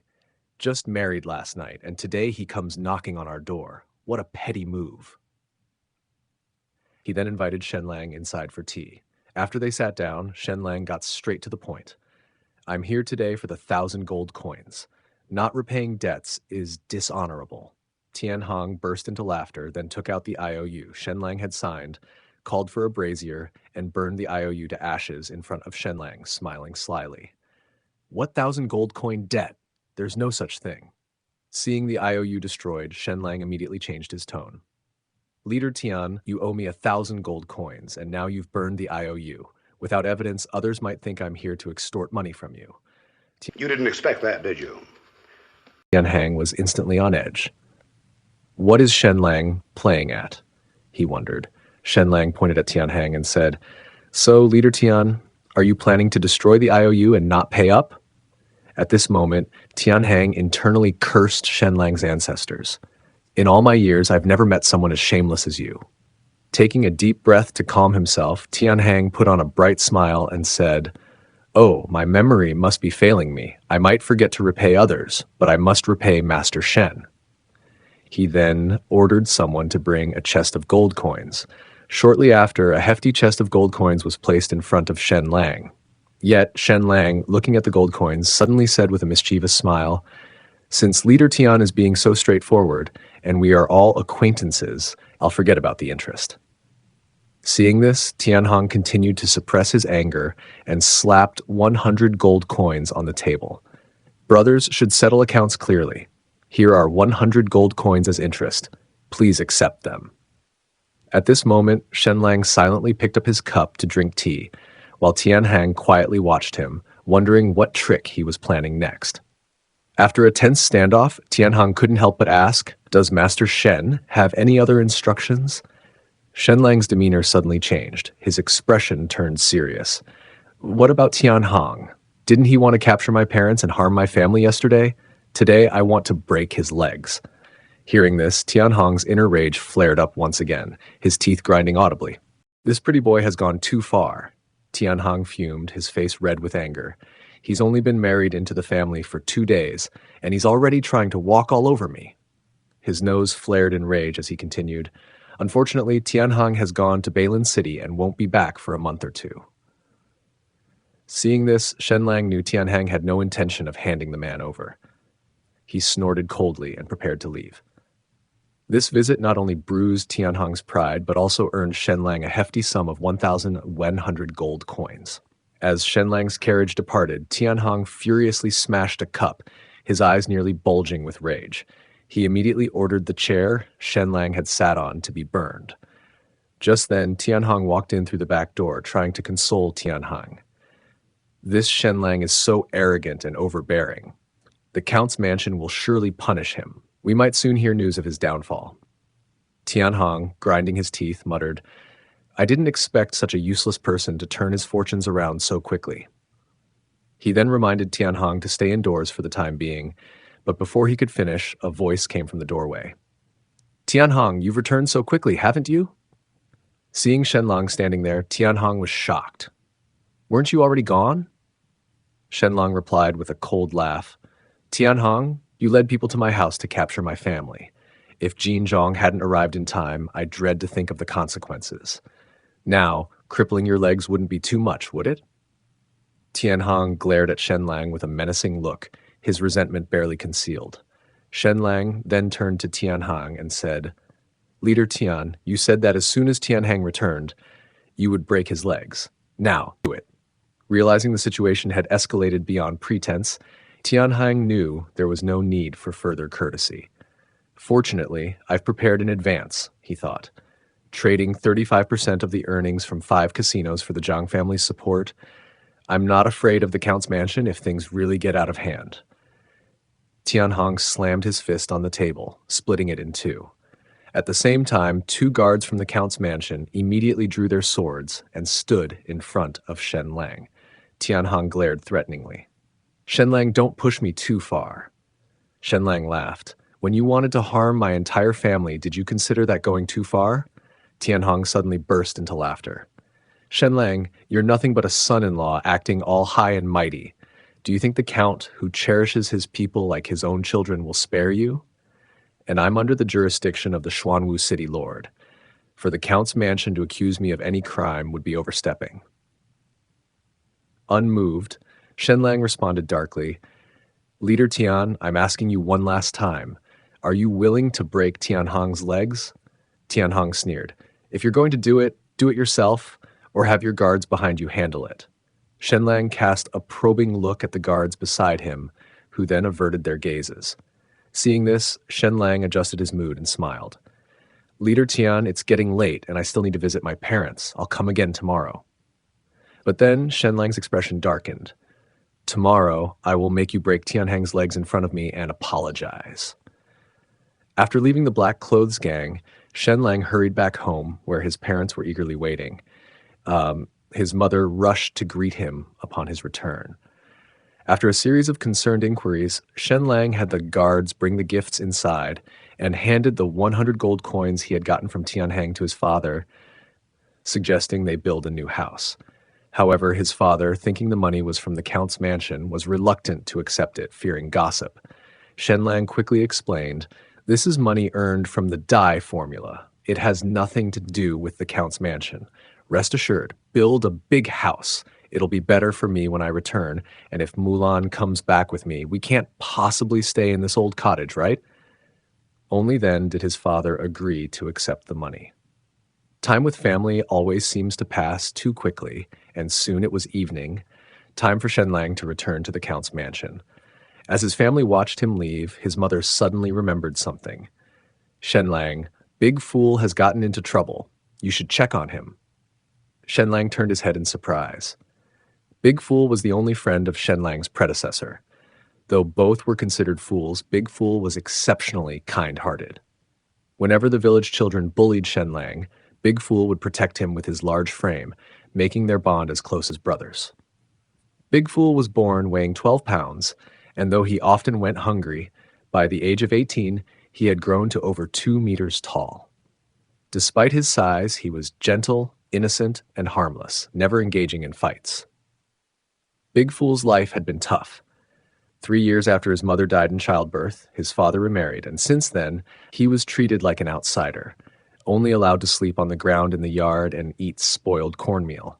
If not for his ability to work, he would likely have been driven out by his stepmother long ago.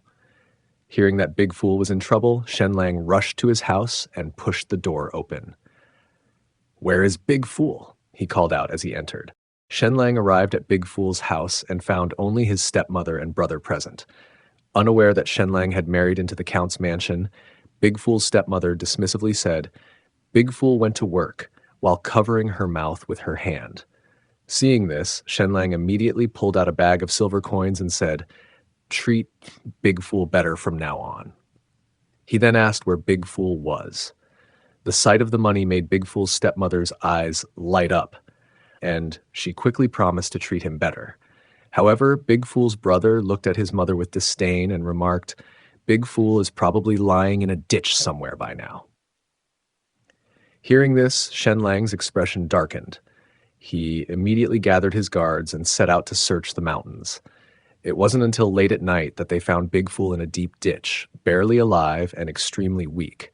As Shen-lang approached to check on him, he was relieved to find that Big Fool was still breathing. Hearing the noise, Big Fool slowly opened his eyes. When he saw Shen-lang, he exclaimed weakly, "Second Fool, I've missed you!" Tears filled Shen-lang's eyes as he asked Big Fool how he had gotten so severely injured. After learning the details, Shen-lang was shocked. Big Fool had encountered a tiger in the mountains, and in an attempt to save his brother, he had been injured. Instead of helping him, his family had left him in the ditch, abandoning him. Shen-lang was filled with anger. How could his family be so heartless? He thought to himself, Big Fool's brother mistreats him every day, yet Big Fool still protected him. And now, after saving his brother from danger, he's left here to suffer? Holding Big Fool's hand, Shen-lang said, "Brother, I will make sure you're taken care of, and I won't let your family treat you like this anymore." He asked Big Fool how long he had been left there. Big Fool trembled as he held up his hand, indicating it had been several days. Shen-lang couldn't comprehend how someone could be so cruel. The stepmother's indifference is bad enough, but how could his own father treat Big Fool so terribly? Big Fool, barely conscious, whispered, "Second Fool, I'm not going to make it. I was worried about you, but now that you've become strong, I feel better." Hearing Big Fool still worrying about him in such a state, Shen-Lang's eyes filled with tears. He smiled sadly and said, "Who in this world isn't treated unfairly at times? Even now, I still face struggles." But unexpectedly, when Big Fool heard that Shen-Lang was having a hard time, he suddenly gathered his remaining strength to protect Shen-Lang. Seeing Big Fool's selfless act, Shen-Lang was deeply moved. "Big Fool, I'm okay. Please, don't push yourself," he said, signaling the guards to help Big Fool up. Seeing Big Fool, who could barely stand, Shen-Lang gritted his teeth and vowed, "Big Fool, you can't give up. I will make sure your family regrets how they've treated you." However, Big Fool, still kind-hearted, said, "Right, I'll let Dad know I'm useful. I can take care of him when he's old." Although touching, Big Fool's concern for his father, even at such a time, left Shen-Lang speechless. He then ordered the guards to help Big Fool onto the carriage. Shen-Lang didn't return to the Count's mansion, but went straight to Big Fool's home instead. With a stern expression, he entered the house and saw the stepmother and brother eating dinner, lavish dishes spread across their table. Shen-Lang coldly confronted them. "You abandoned and injured Big Fool? Do you have no conscience?"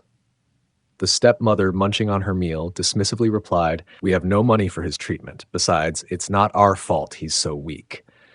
Big Fool's brother added, "He's nothing but a burden. Losing him wouldn't be a loss, and the same goes for you."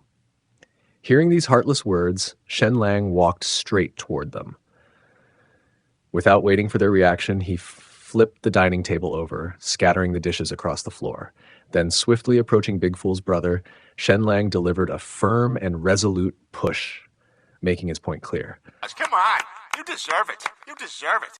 Seeing her son in discomfort, Big Fool's stepmother's expression changed, and she began shouting at Shen-Lang. "You think you're something special? You're just a son-in-law. You'll get what's coming to you." Unable to contain his anger any longer, Shen-Lang pushed her back, causing her to stumble and fall, drenching herself in a basin of cold water. As she shrieked in frustration, Shen-Lang stepped forward, his gaze cold. "You think I'm just the Shu family's son-in-law? Not anymore. Tell your husband when he comes back that I'll be waiting at the Count's mansion and in Xuanwu City for him to confront me." With those final words, Shen-Lang turned and left with his guards, leaving the household in disarray. If you enjoyed my narration and found that the images align well with the story, I would greatly appreciate it if you could subscribe. Your support means a lot.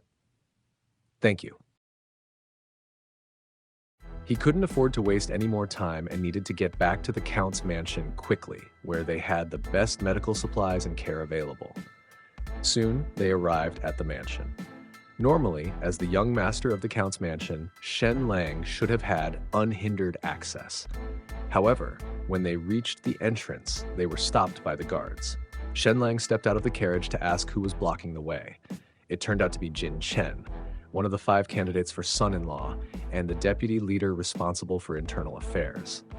At that moment, a guard noticed Dummy inside Shen-Lang's carriage and said, "Shen-Lang, you may have married into the Count's mansion, but what gives you the right to bring people in as you please?" He then ordered that Dummy be thrown out. Shen-Lang was furious. It was one thing to disrespect him, but he wouldn't allow anyone to harm Dummy. He commanded 2 guards to carry Dummy inside, but they hesitated, unsure whose orders to follow. At that moment, Jin Chen shouted, "Shen-Lang, I'm in charge of inspections at the Count's mansion. It's not your place to decide. Throw him out." Realizing that he was still just a figurehead in the mansion with little support, Shen-Lang made a quick decision. He climbed into the driver's seat of the carriage and said, "No need for you to act. I'll take my brother to Xuanwu City for treatment." Just as Jin Chen felt triumphant for intimidating Shen-Lang, the Count's voice came from inside the mansion. "Jin Chen, what's all this commotion at the gate?" Jin Chen quickly explained. "Master, young Master Shen wanted to bring a stranger into the Count's mansion. I stopped him because it's against the rules." However, when the Count questioned Shen-Lang, he didn't complain. He simply stated, "The man in the carriage is my only friend and he's critically ill. Since the Count's mansion doesn't allow outsiders in, I'll take him to Xuanwu City for treatment. Hearing this, the Count immediately ordered a doctor to come and treat Dummy, while Jean Mulan jumped onto the carriage to assist Shen-lang. Shen-lang was deeply moved by her support. Mulan's actions showed that she was standing by his side.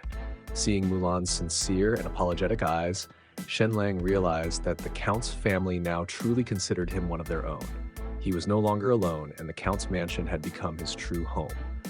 Seeing the situation unfold, Jin Chen hurriedly stepped forward and protested, "Miss, this is against the rules. Outsiders are not allowed inside the Count's mansion."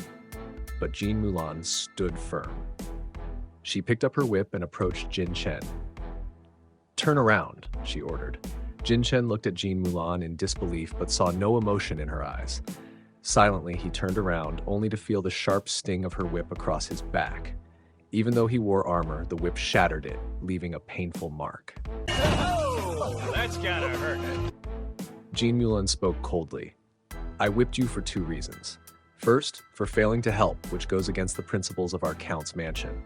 Second, Shen-lang is my husband and your master. Your attitude was disrespectful, and you must correct it in the future." Jin Chen trembled slightly and bowed deeply, saying respectfully, "I understand." With a satisfactory response from Jin Chen, Jean Mulan then turned and took Shen-lang to treat Dummy. The Count's mansion was brightly lit at that moment, as the mansion's renowned physician Zai was examining Dummy. He determined that Dummy had fractured ribs and internal bleeding in his organs. If not for Dummy's strong constitution, an ordinary person would have died by now. Zai proposed a treatment plan to drain the blood and mend the broken bones. After hearing the diagnosis, Shen-lang was amazed. The doctor's medical skills are indeed superb. To be able to deduce so much solely from experience and external injuries is remarkable. Under the current conditions, it would be hard for me to do better than him. Following that, the doctor requested some precious medicinal herbs from Jean Mulan, and upon receiving approval, he turned to prepare them. Seeing that Dummy's condition had stabilized, Jean Mulan jokingly said to Shen-lang, "Husband, your brother is no longer in danger." Shen-lang awkwardly clarified, "He's Dummy, not my brother." "He's Dummy, and your second fool. Aren't you two like brothers?" Jean Mulan said playfully. Shen-lang looked at his beautiful and playful wife, feeling speechless inside. "You're beautiful, so whatever you say is right," he thought. At that moment, the lord of the Count's mansion walked in. "Shen-lang, come with me to the study." In the study, the Count's stern voice could be heard questioning Shen-lang. "Do you acknowledge your mistake?" Shen-lang responded confidently, yet respectfully. "If it's about the matter with Dummy, I don't believe I was wrong. Dummy is my only friend. If I had ignored my friend's severe injuries, how would my father-in-law view his son-in-law? You did nothing wrong in this matter, but do you realize what outrageous act you committed today?" Before Shen-lang could answer, the Count erupted in anger. "How dare you use the name of the Count's mansion to deceive Tianhang, and even threaten to break his adopted son's legs?" Upon hearing this, Shen-lang immediately kneeled on one knee and said, "Thank you, father-in-law, for saving my family's lives." Shen-lang then recounted everything that had happened, from being expelled by the Shu family using 100 gold coins to buy off Tianhang from his assassination attempt, how he owed Tianhang 1,000 gold coins, to the Shu family's plot to kill his family for the dye formula he had invented. He narrated the entire ordeal in detail. After listening to Shen-lang, the Count slammed his hand on the table and exclaimed, "Outrageous! These scoundrels are truly inhumane. I promise you, Shen-lang, the wrongs you've suffered will be avenged. No one should treat my son-in-law like this." Shen-lang was deeply moved by these words. The Count then revealed that it was City Lord Luyan and the prefect's son, Zhang Ji, who had brought the complaint against Shen-lang. On the surface, they accused Shen-lang, but in reality, their aim was to disgrace the Count's mansion. These officials were trying to leverage this to gain control over the Count's mansion. The Count then stood up and admonished Shen-lang, saying, "In the future, you must keep a lower profile and act cautiously. Do not be rash again. Leave today's matter to me to resolve." However, Shen-lang spoke earnestly. Words once spoken are like water spilled. If I don't go tomorrow, it will not only be me, but the entire Count's mansion that loses face. Father-in-law, please trust me. There will be no flaws or leverage given. Seeing Shen-lang's determination, the Count said no more. He walked to the bookshelf, took out a thick book, and handed it to Shen-lang. This is the Jin family's teachings. Learn them by heart if you want your freedom, he said, placing the book into Shen-lang's hands. Shen-lang looked at the thick family teachings in his hands, feeling bewildered. Is this really the family teachings? He asked. The Count then told him it took me a month to memorize it. Shen-lang opened the book and found that it was just over 50,000 words. That should be easy for me. Father-in-law, is your word final? He asked. After receiving an affirmative nod from the Count, Shen-lang immediately accepted the challenge. For the descendants of the Jin family, memorizing the family teachings was a painful task for each generation. Shen-lang learned from Mulan that it had taken her 23 days to memorize the entire book. The Count's son had yet to finish it, forgetting 300 words for every 1,000 he memorized, likely never to complete it in his lifetime. At that moment, Shen-lang used his laptop and mental focus to record the text page by page, taking just over an hour to memorize it all. After closing the book, he considered the task done. To avoid embarrassing the Count too quickly, Shen-lang decided to report back in the morning. After blowing out the candle, he went to sleep contentedly. Meanwhile, in the Count's room, Lady Jean was having a heart-to-heart conversation with her husband. She was worried that punishing Shen-lang so soon after his marriage might breed resentment in him. However, the Count saw it differently. It's just memorizing the family teachings. This shows I don't see him as an outsider. Once he memorizes it, he'll naturally be free to go out as he pleases, he explained. But what if he completes it within a month? Even Zhang Ji couldn't do that, Lady Jean asked, intrigued. The Count laughed and replied, Impossible. It took me 33 days. Do you not realize how capable your husband is? Lady Jean, still curious, decided to make a playful bet with the Count, suggesting that if she won, she would have the final say in all matters. Though the Count pretended to complain, he was charmed by his wife and blushingly agreed to the bet. That night, determined to secure her son-in-law's future happiness, Lady Jean got up and made a bowl of walnut and lotus seed soup to nourish Shen-lang's brain. However, when she went to deliver it, Jean Zhong, who was on guard duty, informed her that Shen-lang had gone to bed before 9. Surprised, Lady Jean handed the soup to Jean Zhong and left, muttering, Heartless little thing. The rumors must be true after all. Lazy and ignorant, lacking in education. The next day, at the crack of dawn, the Count went to the study. Seeing his father-in-law looking so formidable, Shen-lang was puzzled. The Count sternly asked, Shen-lang, I asked you to memorize the Jin family's teachings, yet you went to bed early. Are you showing your displeasure with me? Hearing this, Shen-lang hurriedly waved his hands and stepped forward to explain. Father-in-law, you misunderstand. I've already memorized it. This made the Count even angrier. Nonsense. Even Jean Mulan, with her intelligent nature, took 23 days. You claim to have memorized it overnight? Are you joking, or do you think I'm a 3-year-old child? Seeing that Shen-lang wasn't apologizing, the Count ordered Jin Zhong to fetch the family discipline whip. Sensing how serious the situation had become, Lady Jean quickly stepped in to stop him. Husband, if he can't recite it, he can't recite it. There's no need for corporal punishment. Shen-lang has delicate skin and isn't used to being beaten like John Mutong, who has grown a thick skin from it. If you really hurt him, how will we explain it to his parents? Shen-lang, you better apologize to your father-in-law right away. Seeing that explanations were futile, Shen-lang calmly reassured Lady Jean and then asked the Count to test him. The Count, seeing Shen-lang's unrepentant attitude, flew into a rage. Your mother-in-law already gave you a way out, yet you refused to take it. Then recite chapter 5 for me. If you can't, you will indeed face consequences. Shen-lang closed his eyes, and the contents of chapter 5 immediately came to mind.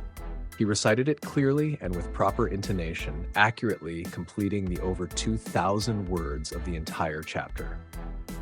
Though the Count was surprised, he thought it was just a coincidence that he happened to choose a chapter Shen-lang was familiar with.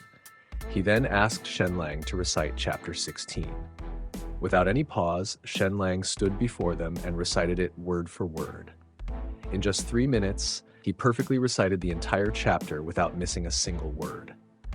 At this point, the Count's eyes widened in shock. Still skeptical, he randomly selected several chapters and even read part of one, asking Shen-lang to continue.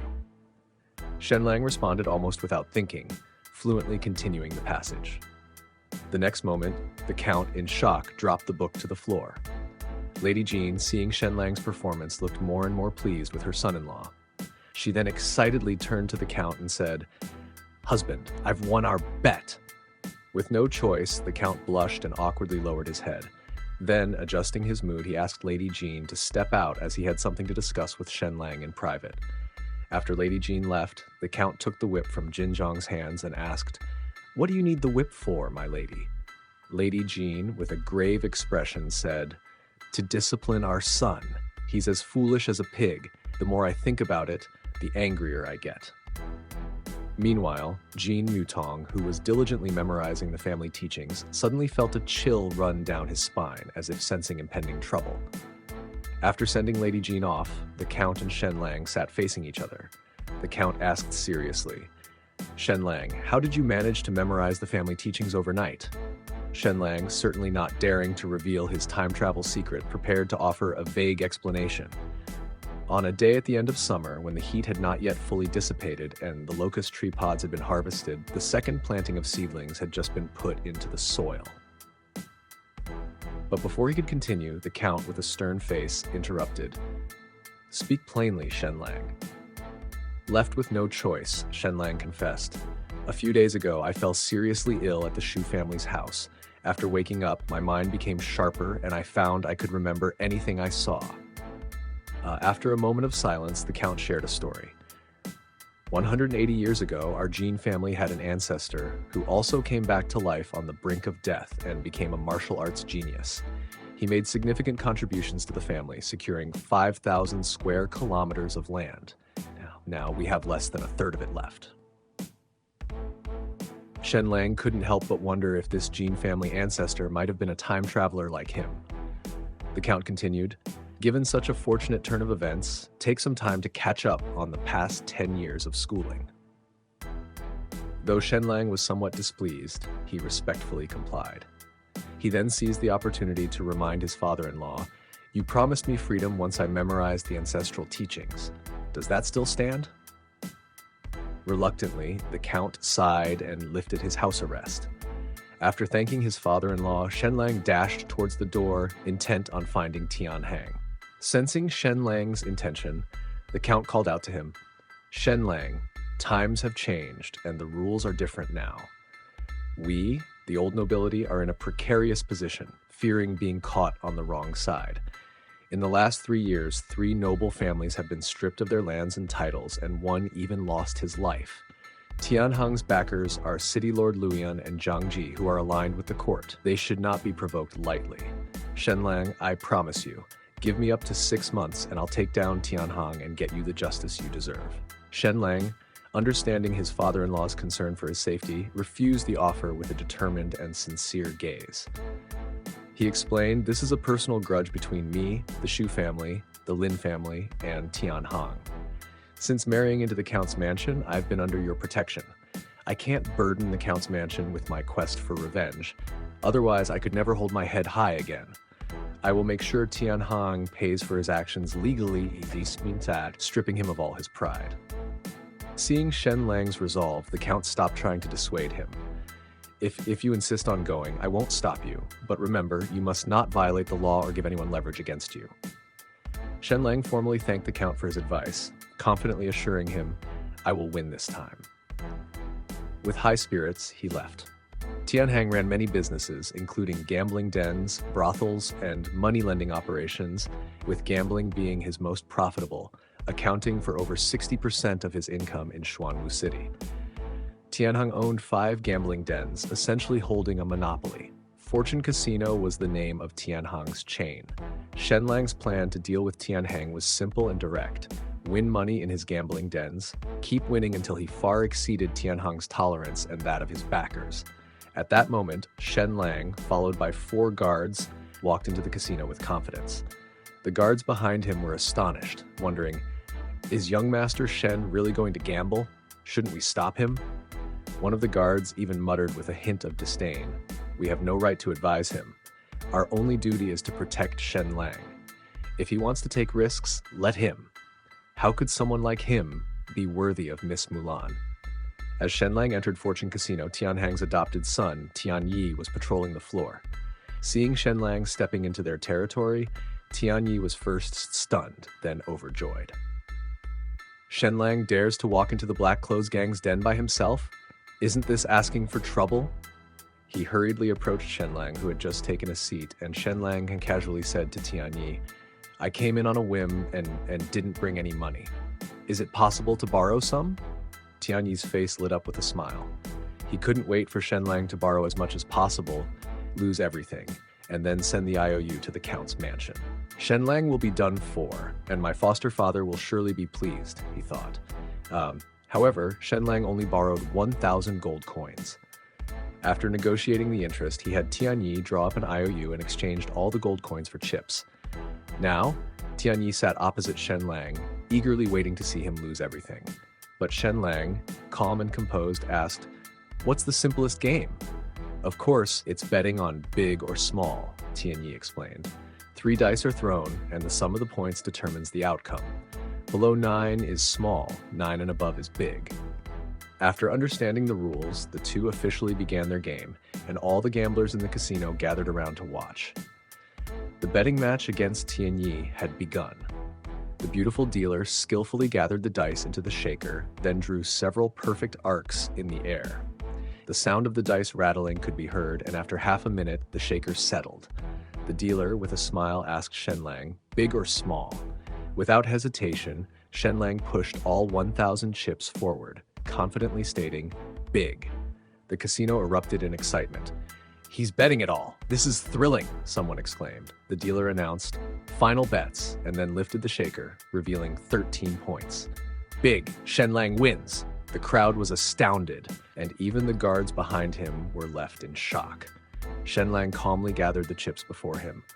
Tianyi's expression remained unchanged, though he was secretly concerned. If Shen-lang had lost the first bet, he might not have continued playing. Letting him win initially will keep him gambling, Tianyi thought, signaling the dealer to continue. Once more, the dealer settled the shaker and asked Shen-lang if he would bet on big or small. This time, Shen-lang pushed all his chips forward again, betting everything on big. Still betting on big? Both the guards behind him and the spectators around were stunned. Has Shen-lang gone mad? They wondered. At this point, even Tianyi was becoming uneasy. If Shen-lang won this bet, it would amount to 4,000 gold coins. The monthly profit of one casino was only about 2,000. The gamblers nearby were already excited beyond measure. The dealer, nervous and trembling, revealed the shaker. 15 points. Big! Shen-lang had won again. Tianyi's face tensed, almost distorting with anxiety. The casino has never lost this much since it opened. If this continues, my foster father will be furious, he thought. With this in mind, Tianyi stood up, forcing a smile. Lord Shem, I'll personally roll the dice for you. Tianyi was a master gambler, skilled enough to manipulate the dice and control the outcome before revealing them, which is why Tianhang had entrusted the casino to him. As the shaker settled, Tianyi asked Shen-lang, big or small? But Shen-lang, eyeing Tianyi's hands, knew something was up. He slapped Tianyi's hand away, laughing. I don't want to play this game of chance anymore. Let's play Paiga instead. Hearing this, Tianyi was immediately delighted. In high or low betting, Shen-lang might rely on luck, but playing Paiga with me is like walking into a trap. He quickly ordered someone to fetch the cards, fearing Shen-lang might change his mind. In this world, the rules of Paiga are simple. 32 cards are placed face down on the table. Each player draws 2, and the winner is determined by the ranks of the cards drawn. The supreme treasure is the highest, followed by heaven, earth, and so on. Although the rules seem simple, tricks can easily be played with the cards, commonly known as cheating.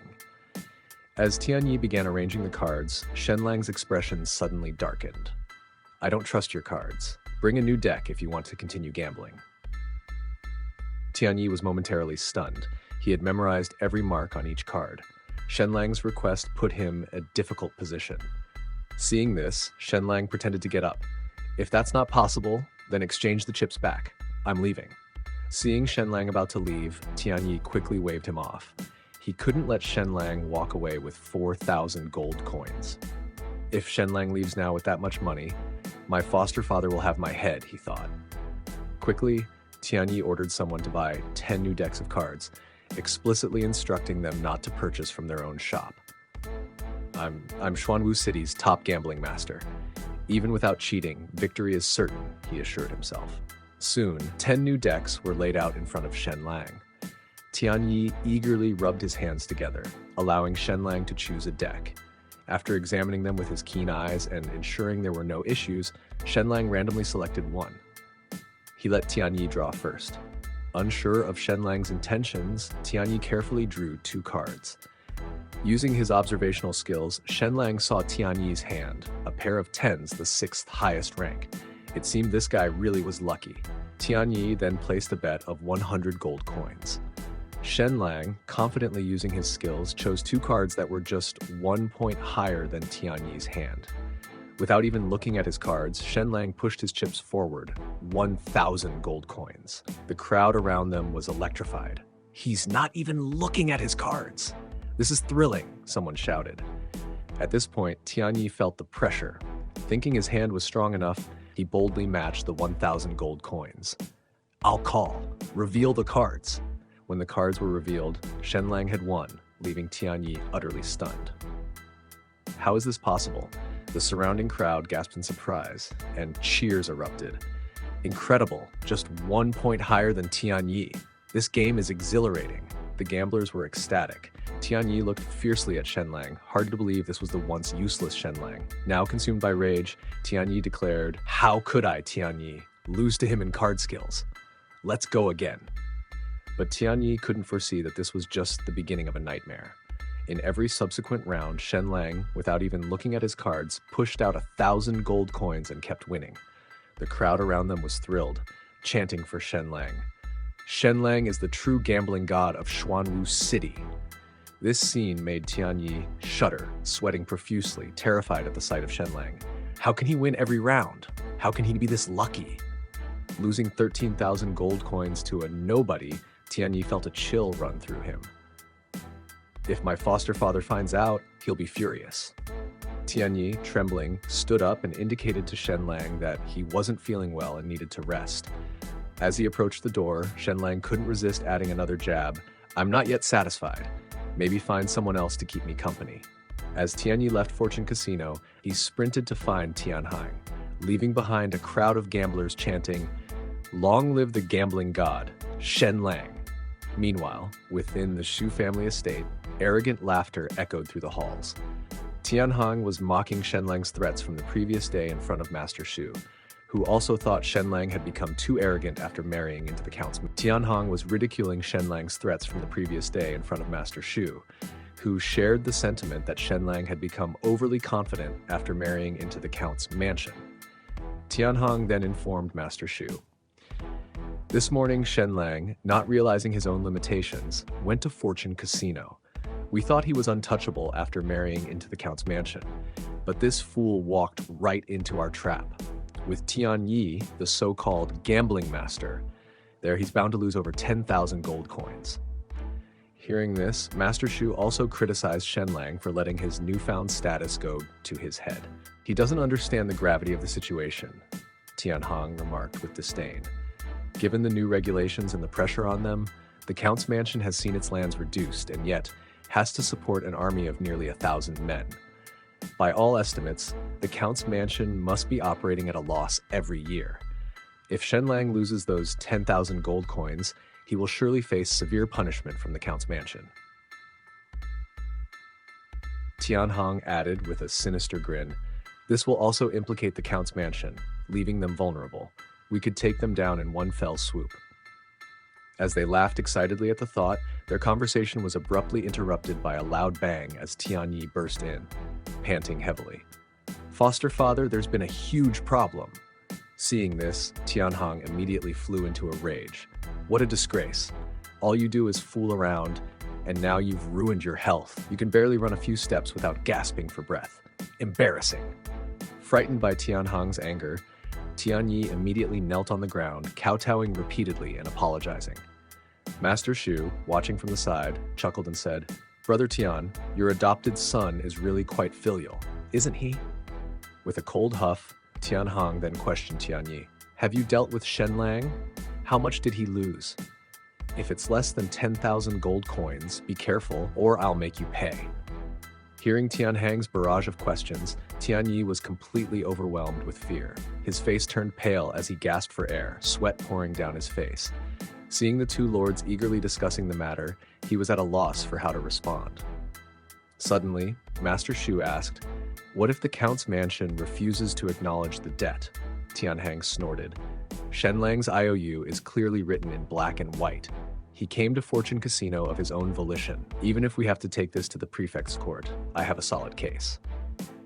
Master Shu reminded him, "Brother Tian, doing this would mean making an enemy out of the Count's mansion." But Tianhang arrogantly declared, "I have the backing of the City Lord's mansion and the prefect's office. What does it matter if we offend the Count's mansion? This afternoon, I'll take Shen-lang's IOU to the Count's mansion and demand payment." Hearing this, Master Shu immediately assured him, "Prefect Shanchong will surely stand by your side. You can confidently use Shen-lang's IOU to demand payment from the Count's mansion." Though Tianhang verbally expressed his thanks, he was well aware of the real reason behind their support. The Shu family really is impressive, using the prefect's name even before the marriage is official. However, exchanging 35% of the profits from 5 casinos for the Zhang family's protection is indeed worth it. Let's see how interesting the Count's face will be this afternoon when I arrive at the mansion. Shen-lang wanded my adopted son's legs, so I'll demand his life first. Tianhang turned to Tianyi and asked, "How much has Shen-lang lost by now?" Tianyi, too scared to even lift his head, stuttered out, "It was 16,000 gold coins." Hearing this, Tianhang was overjoyed. "Well done, 16,000 gold coins. Shen-lang is surely doomed now." His laughter echoed in the room, but Tianyi felt his heart might leap out of his chest, his scalp tingling with fear. Suddenly, Tianhang grabbed him and said, "Take the IOU. Let's go to the Count's mansion to demand payment." Trembling, Tianyi hesitated and finally blurted out, "Foster father, it wasn't Shen-lang who lost. We lost 16,000 gold coins." Tianhang was momentarily stunned. "What did you say?" Tianyi, on the verge of tears, repeated, "We lost 16,000 gold coins." Silence fell in the room. Was he hearing things? Then Tianhang, in a rage, grabbed Tianyi again, demanding confirmation. After the third confirmation from Tianyi, Tianhang was struck as if by lightning, nearly losing all reaction. Fortune Casino was the most profitable of his 5 gambling houses, earning about this much in a year. He went mad with fury, lifting Tianyi high. "You're Xuanwu City's top gambler. How did you manage to lose to a nobody?" By now, Tianyi was utterly terrified, crying out, "I don't know why, but Shen-lang won every round." Tianhang threw Tianyi aside and turned to Master Shu, roaring, "You said Shen-lang was worthless. Why? Then, can he not only understand obscure characters, but also gamble like a master? What's going on with this disaster?" At that moment, Su Chenan stepped forward and suggested, "Let's stop arguing here. Why not go to the scene and see what exactly happened?" Upon hearing this, Tianhang immediately stood up, ready to head to Fortune Casino. He didn't want to waste a moment, curious about the chaos Shen-lang might have caused there. As he rushed out, Su Chenan's voice followed. "Leader Tian, don't forget, the City Lord's mansion and the prefect's office are your backers." Tianhang turned to thank Su Chenan and hurriedly led his men to Fortune Casino at full speed. A quarter of an hour later, Tianhang arrived in haste, but for some reason, his Fortune Casino was already packed with people. Numerous gamblers, upon seeing Tianhang, loudly clamored, "The person in charge is here! Pay up! Pay up!" At this moment, Shen-lang also stepped forward, smiling at Tianhang. "I have won 19,000 gold coins at your Fortune Casino, and these hundreds of people bet with me, winning a total of 7,000 gold coins. That makes a total of 26,000 gold coins. Please help us cash these in." 26,000 gold coins was already a large portion of Tianhang's savings. Although he was making a fortune every day, he also had hundreds of people under him to support. Losing these 26,000 gold coins would almost bankrupt him. Faced with Shen-lang presenting the chips, Tianhang, who harbored intense hatred for him, managed to force a smile. "Master Shen, shall we go inside and discuss this?" Shen-lang agreed, but the gamblers were not pleased. "You can't leave. You can't leave. Cash in the gold coins before leaving," they demanded, worried that Shen-lang and Tianhang might strike a deal behind closed doors and betray them. Shen-lang loudly reassured them, "Please rest assured, everyone, I, Shen-lang, will definitely not betray your interests. I will give you a satisfactory explanation." Faced with the assurance of a count's son-in-law, the crowd chose to believe him. Soon, they arrived on the second floor of Fortune Casino, where Tianhang's smile immediately vanished, replaced by a cold expression. He looked at Shen-lang and said, "Master Shen, your tactics are truly ruthless.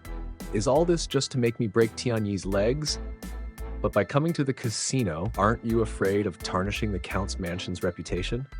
Shen-lang replied calmly, "The reputation of the Count's mansion is indeed important, but my reputation can be disregarded. A person can do countless good deeds, but just one mistake can lead to complete ruin. However, if one's reputation is already bad, doing one good deed can have a completely different effect." These words instantly caught Tianhang off guard, leaving him without a retort. He stopped making pointless arguments and firmly told Shen-lang, "I will not break Tianyi's legs. If I did that, I would lose all my dignity." Shen-lang laughed and responded, "I think you're misunderstanding something. I want not only the 19,000 gold coins, but also for Tianyi's legs to be broken." Upon hearing this, Tianhang's eyes instantly turned red with rage, clearly showing how angry he was. Guards hurriedly stepped forward to protect Shen-lang. The next moment, Tianhang laughed out of sheer frustration and anger, clearly telling Shen-lang, "I won't give you even a single coin, let alone break Tianyi's legs." His confidence stemmed from the belief that the Count's mansion would not stoop to demanding the gold coins from him. Tianhang then walked to the window, opened it, and told the gamblers, "Your gold coins will be fully redeemed." The gamblers immediately cheered for Tianhang, breaking Shen-lang's strategy of using their power against him. In the end, those gamblers would likely lose the gold coins back to the casino, meaning Tianhang had not lost anything. He knew the gamblers' money never stayed away for long. Tianhang looked at Shen-lang smugly, but Shen-lang clapped his hands and said, "What a move! But did you forget you have other casinos? As long as they are open, I can keep winning, and I'll bring all the gamblers with me to win." Saying this, Shen-lang turned and shouted to the gamblers outside, "Don't leave. I'll continue to lead you to win money." In an instant, the gamblers cheered again. Back in the casino, Shen-lang continued his winning streak, and the gamblers went completely wild. It was easier than picking up money. As long as they followed Shen-lang, they were sure to win. In contrast, the entire casino staff looked ashen, doubting their life choices. Before long, Tianhang lost another 7,000 gold coins. The kicker was that Shen-lang bet only one gold coin each time. The rest were won by the gamblers. Tianhang was so angry he could grind his teeth to dust. Seeing this, his adopted son, Tianyi, immediately rushed downstairs and approached Shen-lang, intending to drive him out. Sensing the tension, Shen-lang immediately pretended to be frail. "What are you going to do? Do you want to hit me? My health is not good, you know. I'll fall down with just a touch. Who dares to strike the Count's son-in-law? My wife will make sure they regret it." This shameless act completely infuriated Tianyi, who pointed at Shen-lang's head and roared, "So what if I do take action? Someone get Shen-lang out of here." However, the next second, guards surrounded Shen-lang, protecting him, and countless gamblers also rushed over, forming a protective circle around him. They shouted, "Whoever dares to touch Shen-lang will have to step over our dead bodies." Tianyi was dumbfounded, unsure of what to do next. At that moment, Tianhang appeared and directly announced, "We're closing for today. Come back tomorrow to cash in your gold coins." Unexpectedly, Shen-lang then declared that he would take the gamblers to Tianhang's other casinos to continue their winning streak. Tianhang had no choice but to announce that all his other casinos were temporarily closed. The decision was a heavy one. as these 5 casinos accounted for more than 60% of his daily income. With the closures, the financial losses would be substantial. Tianheng regretted not having dealt with Shen-lang more decisively earlier. Despite this, he was not willing to easily give in to Shen-lang's demands. However, Tianheng's troubles were just beginning, as these casinos were not solely his. In his quest for protection, he had previously agreed to give 20% of the income to the Zhang family, and now the Su family, representing the Zhangs, demanded that Tianheng comply with Shen-lang's terms. Frustrated, Tianheng responded, "Tianyi is one of my most trusted adopted sons. Breaking his legs would demoralize my men and harm my reputation." However, a voice from the next room interrupted. "Agree to it," said Zhang Shi. "Don't delay. Every day you delay, you're losing money. It's better to agree sooner rather than later. Shen-lang is just a minor issue. Our real focus should be on the Count's mansion. Once we weaken the Count's mansion, reclaim its lands and military power, the position of Deputy Lord will be yours, Tianheng." Tianheng, deep in thought, eventually agreed after weighing his options. Soon after, Tianheng returned to Fortune Casino. "I agree to publicly break Tianyi's legs. Now let's disperse and avoid further trouble," he announced. Unexpectedly, Shen-lang responded, "The conditions have changed. Your other adopted son, Tianyi, threatened me and showed disrespect. His actions need to be addressed as well." Hearing Shen-lang's new demand, Tianheng felt a surge of frustration, but kept his composure. Shen-lang continued, "If you don't agree, I may have to reconsider the conditions again." Realizing the situation could escalate further, Tianheng knew he had to proceed carefully to avoid making things worse.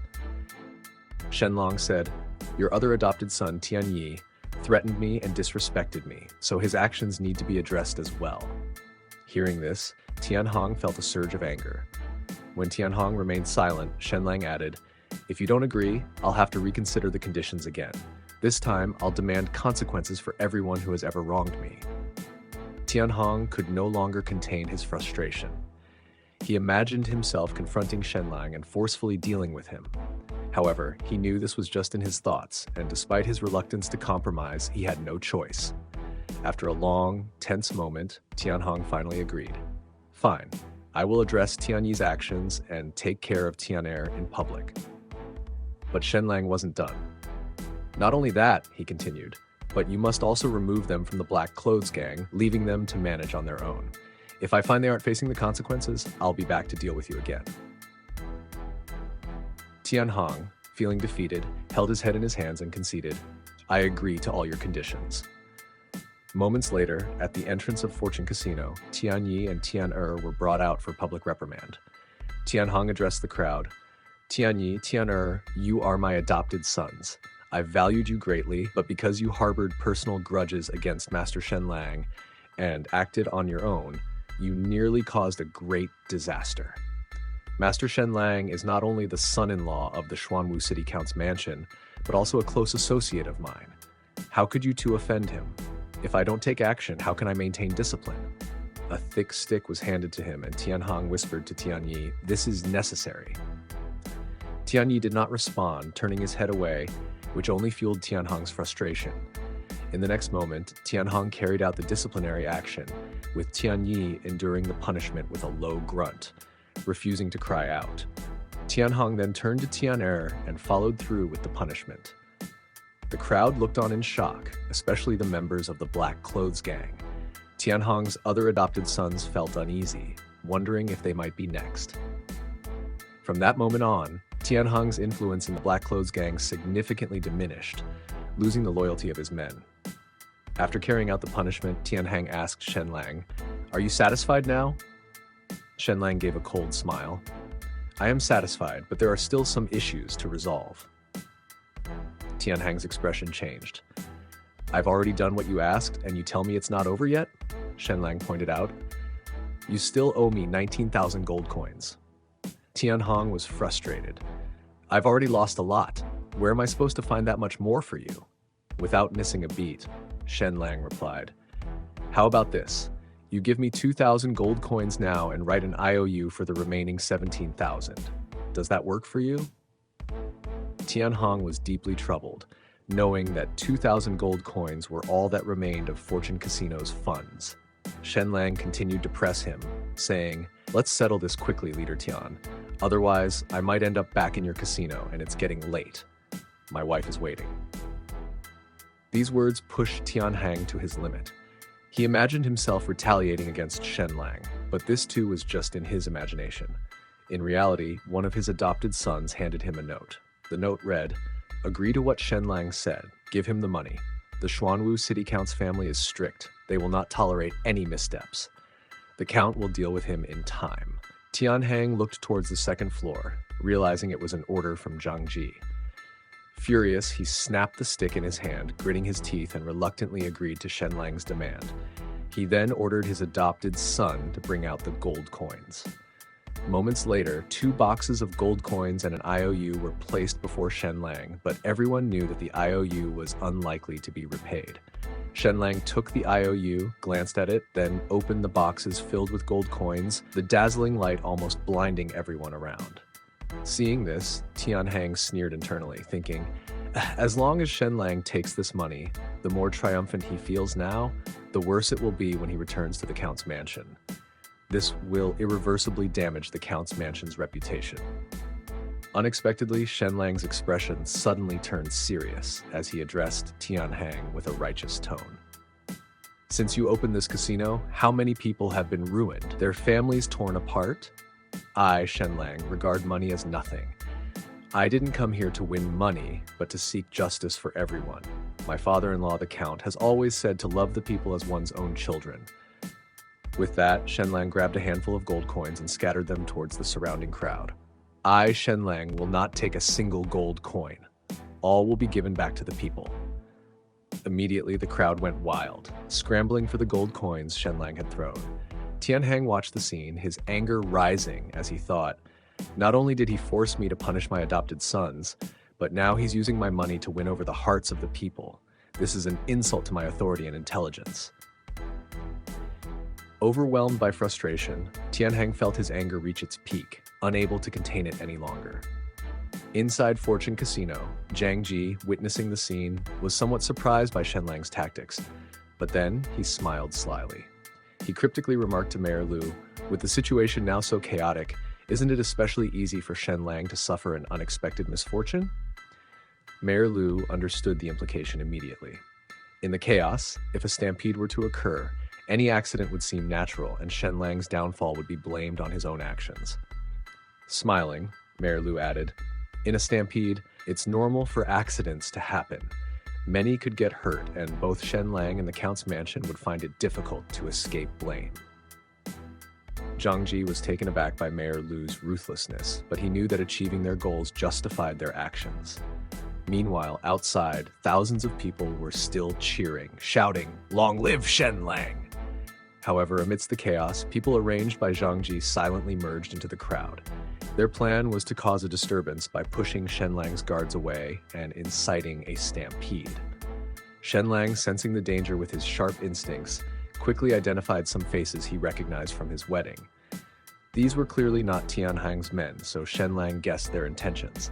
He clapped his hands forcefully and shouted, "Quiet!" The crowd instantly stopped, turning their attention to Shen-lang, whose influence was at its peak. Holding an empty box, Shen-lang announced, "All my gold coins have been distributed." However, the few men arranged by Zhang Ji continued to shout about grabbing the coins, making them stand out even more. Shen-lang smiled inwardly, confirming his suspicions. He then took out the IOU from Tianhang and declared, "I also do not want the 17,000 gold coins. This is all your hard-earned money, so I will hand over this IOU to the mayor, letting him recover the funds for you. The money will be used entirely to aid the poor families of Xuanwu City." Instantly, the crowd erupted in cheers. Seeing the men still trying to blend in and push towards him, Shen-lang swiftly ran towards the second floor of Fortune Casino. He had already used his sharp instincts to realize Mayor Lu was upstairs. At the same time, Mayor Lu, realizing Shen-lang was dragging him into the situation, thought about escaping through the back door. But Shen-lang reached the second floor just in time. Grabbing Mayor Lu, he brought him to the window and called out to the crowd outside to look their way. In that instant, the men outside ceased their actions, not daring to cause any more disturbances. Under the gaze of countless people, Shen-lang handed the IOU to Mayor Lu with a tone full of righteousness. I may be of humble status, but you, Mayor, as the leader of this city, should stand up to recover the debt for the poor. Surely, Tianhong would not dare to default. Surprise, motherfucker! Hearing this, Mayor Lu was completely stunned. The IOU, which was originally just a piece of paper, now became a real obligation, with the expectation that he would ensure repayment. Mayor Lu felt cornered but knew he had no choice. He forced a smile and assured Shen-lang, I will certainly not fail your trust. Shen-lang then announced this result to the crowd. It's getting late. I shall take my leave now. The news of Shen-lang's victory spread quickly, and soon, the entire Xuanwu city was buzzing with stories about him. Meanwhile, at the Count's mansion, Father Jian was pacing back and forth, anxiously asking his servants if Shen-lang had returned yet. He was worried about Shen-lang's safety, knowing that Tianhong had powerful allies like Mayor Lu and Zhang Ji behind him. Mother Jian, however, reassured him, saying, Shen-lang has the backing of the Count's mansion. Tianhong wouldn't dare go too far. At that moment, a servant arrived with news. Father Jian anxiously asked, how did it go? Did Shen-lang lose? Did Tianhong do anything to him? The skilled servant reported, no, quite the opposite. Shen-lang bankrupted Tianhong, forced him to break the legs of Tian Yi and Tian Er in front of everyone, and made Tianhong so angry that he nearly passed out. Everyone present was astounded. Shen-lang, a single individual, had managed to deal with a formidable opponent like Tianhong, despite his powerful connections. The servant then provided a detailed account of the entire situation, highlighting Shen-lang's strategic wit and ability to turn the tide in his favor. Father Jian was amazed by Shen-lang's actions and relieved that he had upheld the reputation of the Count's mansion. You are one crazy motherfucker, you know that? However, he also felt concerned. While Shen-lang's victory was impressive, it was risky. Determined to ensure Shen-lang wouldn't become reckless in the future, Father Jian decided to have a word with him. When Shen-lang finally returned, trying to sneak in, Father Jian was already waiting. Oh, the great gambling god is back, he said, catching Shen-lang off guard. Shen-lang, surprised, replied, Father-in-law, you, the dignified Count, actually waited behind the door to ambush me? Despite his surprise, Shen-lang quickly admitted his fault, prompting Father Jian to begin scolding him loudly. However, before Father Jian could say much, Shen-lang bowed again in apology, playing the part of the obedient son-in-law. This left Father Jian somewhat speechless, though he wasn't ready to let Shen-lang off the hook so easily. Just then, Mother Jian stepped in to mediate. Shen-lang's intentions were good. Stop scolding him, she said, feigning anger. But Shen-lang, you mustn't go to casinos anymore, or I'll have to punish you. Then, showing her concern, she asked, Are you hungry? Do you want to eat? Father Jian was left speechless. He thought to himself, You're usually so strict with our own son, quick to discipline. Why do you soften up with your son-in-law? Annoyed and unwilling to let the matter go, Father Jian grabbed Shen-lang's hand and declared, Starting today, you are grounded. You can move around inside the mansion, but you are not to step outside. Shen-lang, taken aback, timidly asked, What conditions do I need to meet to be allowed out? Father Jian responded flatly, None. When you've learned to behave and improve yourself, then you'll be released. Shen-lang was stunned. I didn't expect that after just one day out, though it was spectacular, I wouldn't want to be confined. Father Jian was actually doing this for Shen-lang's own good, concerned that if Tianhong and his group took drastic actions, it might be too late to protect him. Determined to be thorough, Father Jian ordered everyone to keep an eye on Shen-lang, ensuring he wouldn't leave the mansion. Shen-lang, feeling defeated, thought to himself, Today I was on a roll, only to come home and be put in solitary. Seeing Shen-lang's dispirited state, Father Jian felt satisfied. His goal had been achieved. However, he still felt something was missing. Not long after, a scream echoed through the mansion. It turned out that Jian Mulan's brother had once again rescolding, as Shen-lang's clever and outstanding performance made him seem even more foolish by comparison. Later, when Shen-lang returned to the courtyard, he found Jian Mulan wearing a suit of armor. Curious, Shen-lang asked, Why are you wearing armor at home? Jian Mulan explained that she was ready to lead troops into the city to rescue him, fearing something might have happened. Shen-lang was both surprised and touched by her concern. He offered to help Jian Mulan remove the armor, and she did not refuse, opening her arms to let him assist. As Shen-lang removed the armor, he found himself captivated by Jian Mulan's elegant figure. That's what I'm talking about. Quickly calming himself, he thanked her. Jian Mulan shook her head with a smile. "It's nothing. I'm proud of your performance today, but in the future, you must think carefully before acting." Moved by her words, Shen-lang gently wrapped his arms around her from behind. Jian Mulan was slightly startled, feeling Shen-lang so close, and her cheeks blushed, but she didn't resist, touched by his tenderness. However, in less than a moment, Jian Mulan noticed Shen-lang's hands sliding down. She immediately turned around, grabbing his hands. "Husband, where are you putting your hands?" Shen-lang quickly responded, "I can't be blamed for this. Your skin is too smooth, it made my hands slip. It was completely unintentional. Next time, I'll be more careful." Jian Mulan simply said, "Don't let it happen again." But soon after, when Shen-lang's hands began to wander again, she firmly pressed his hand down on the table. "Maybe it's better if you didn't have this hand," she remarked with a teasing smile.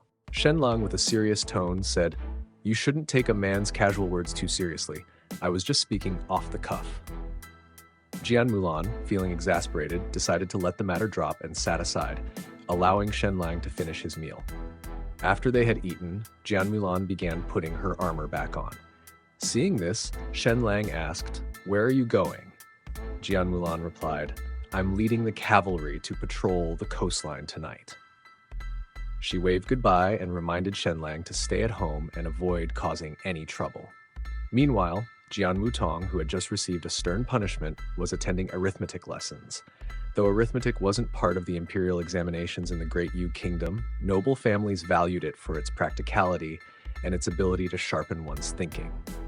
The tutor was Xuan Shao, the most renowned arithmetic master in Xuanwuxiu City, who also served as the chief steward of the Count's mansion, overseeing all financial and material accounts. At that moment, Jian Mutong felt uneasy. His parents had disciplined him without explanation, leaving him questioning his situation.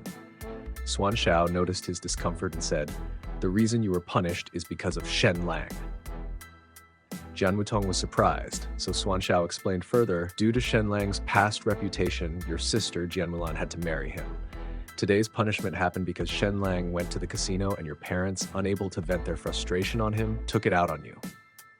Hearing this, Jian Mutong's mood darkened.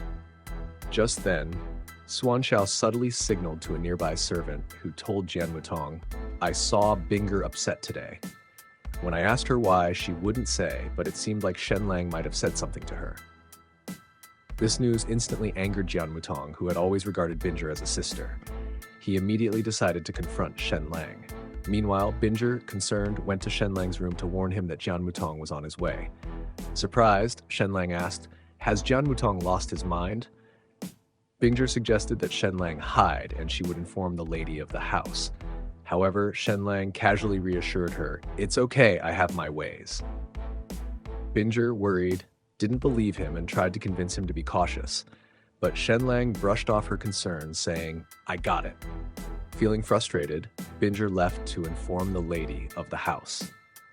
Moments later, Jian Mutong arrived at Shen-lang's door, loudly demanding that Shen-lang come out. Despite Jian Mutong's loud calls, Shen-lang didn't respond. Annoyed, Jian Mutong pushed the door open, only to find Shen-lang calmly writing something on the wall. Curious, Jian Mutong asked, "What are you doing?" Shen-lang replied, "I'm writing down important reminders so I don't forget them." Jian Mutong was puzzled and asked what kind of reminders they were. Shen-lang explained, "These are just notes to keep myself focused on what needs to be done." Jian Mutong, feeling a bit uneasy, decided it was best to avoid any confrontation. "So what did you want with me?" Shen-lang asked. Jian Mutong quickly replied, "Nothing, I was just taking a walk." Stroking his chin, Shen-lang said, "It seemed like someone was talking about confronting me just now." Jian Mutong, now feeling nervous, stammered, "No, I didn't hear anything like that. Who would dare confront the Count's son-in-law?" Realizing it was better to leave, Jian Mutong quickly exited the room. However, as he hurried out, he bumped into his mother. Mother Jian, seeing him, immediately scolded him. "You actually came here to cause trouble for Shen-lang?" Jian Mutong knew he was in trouble and braced himself for a reprimand.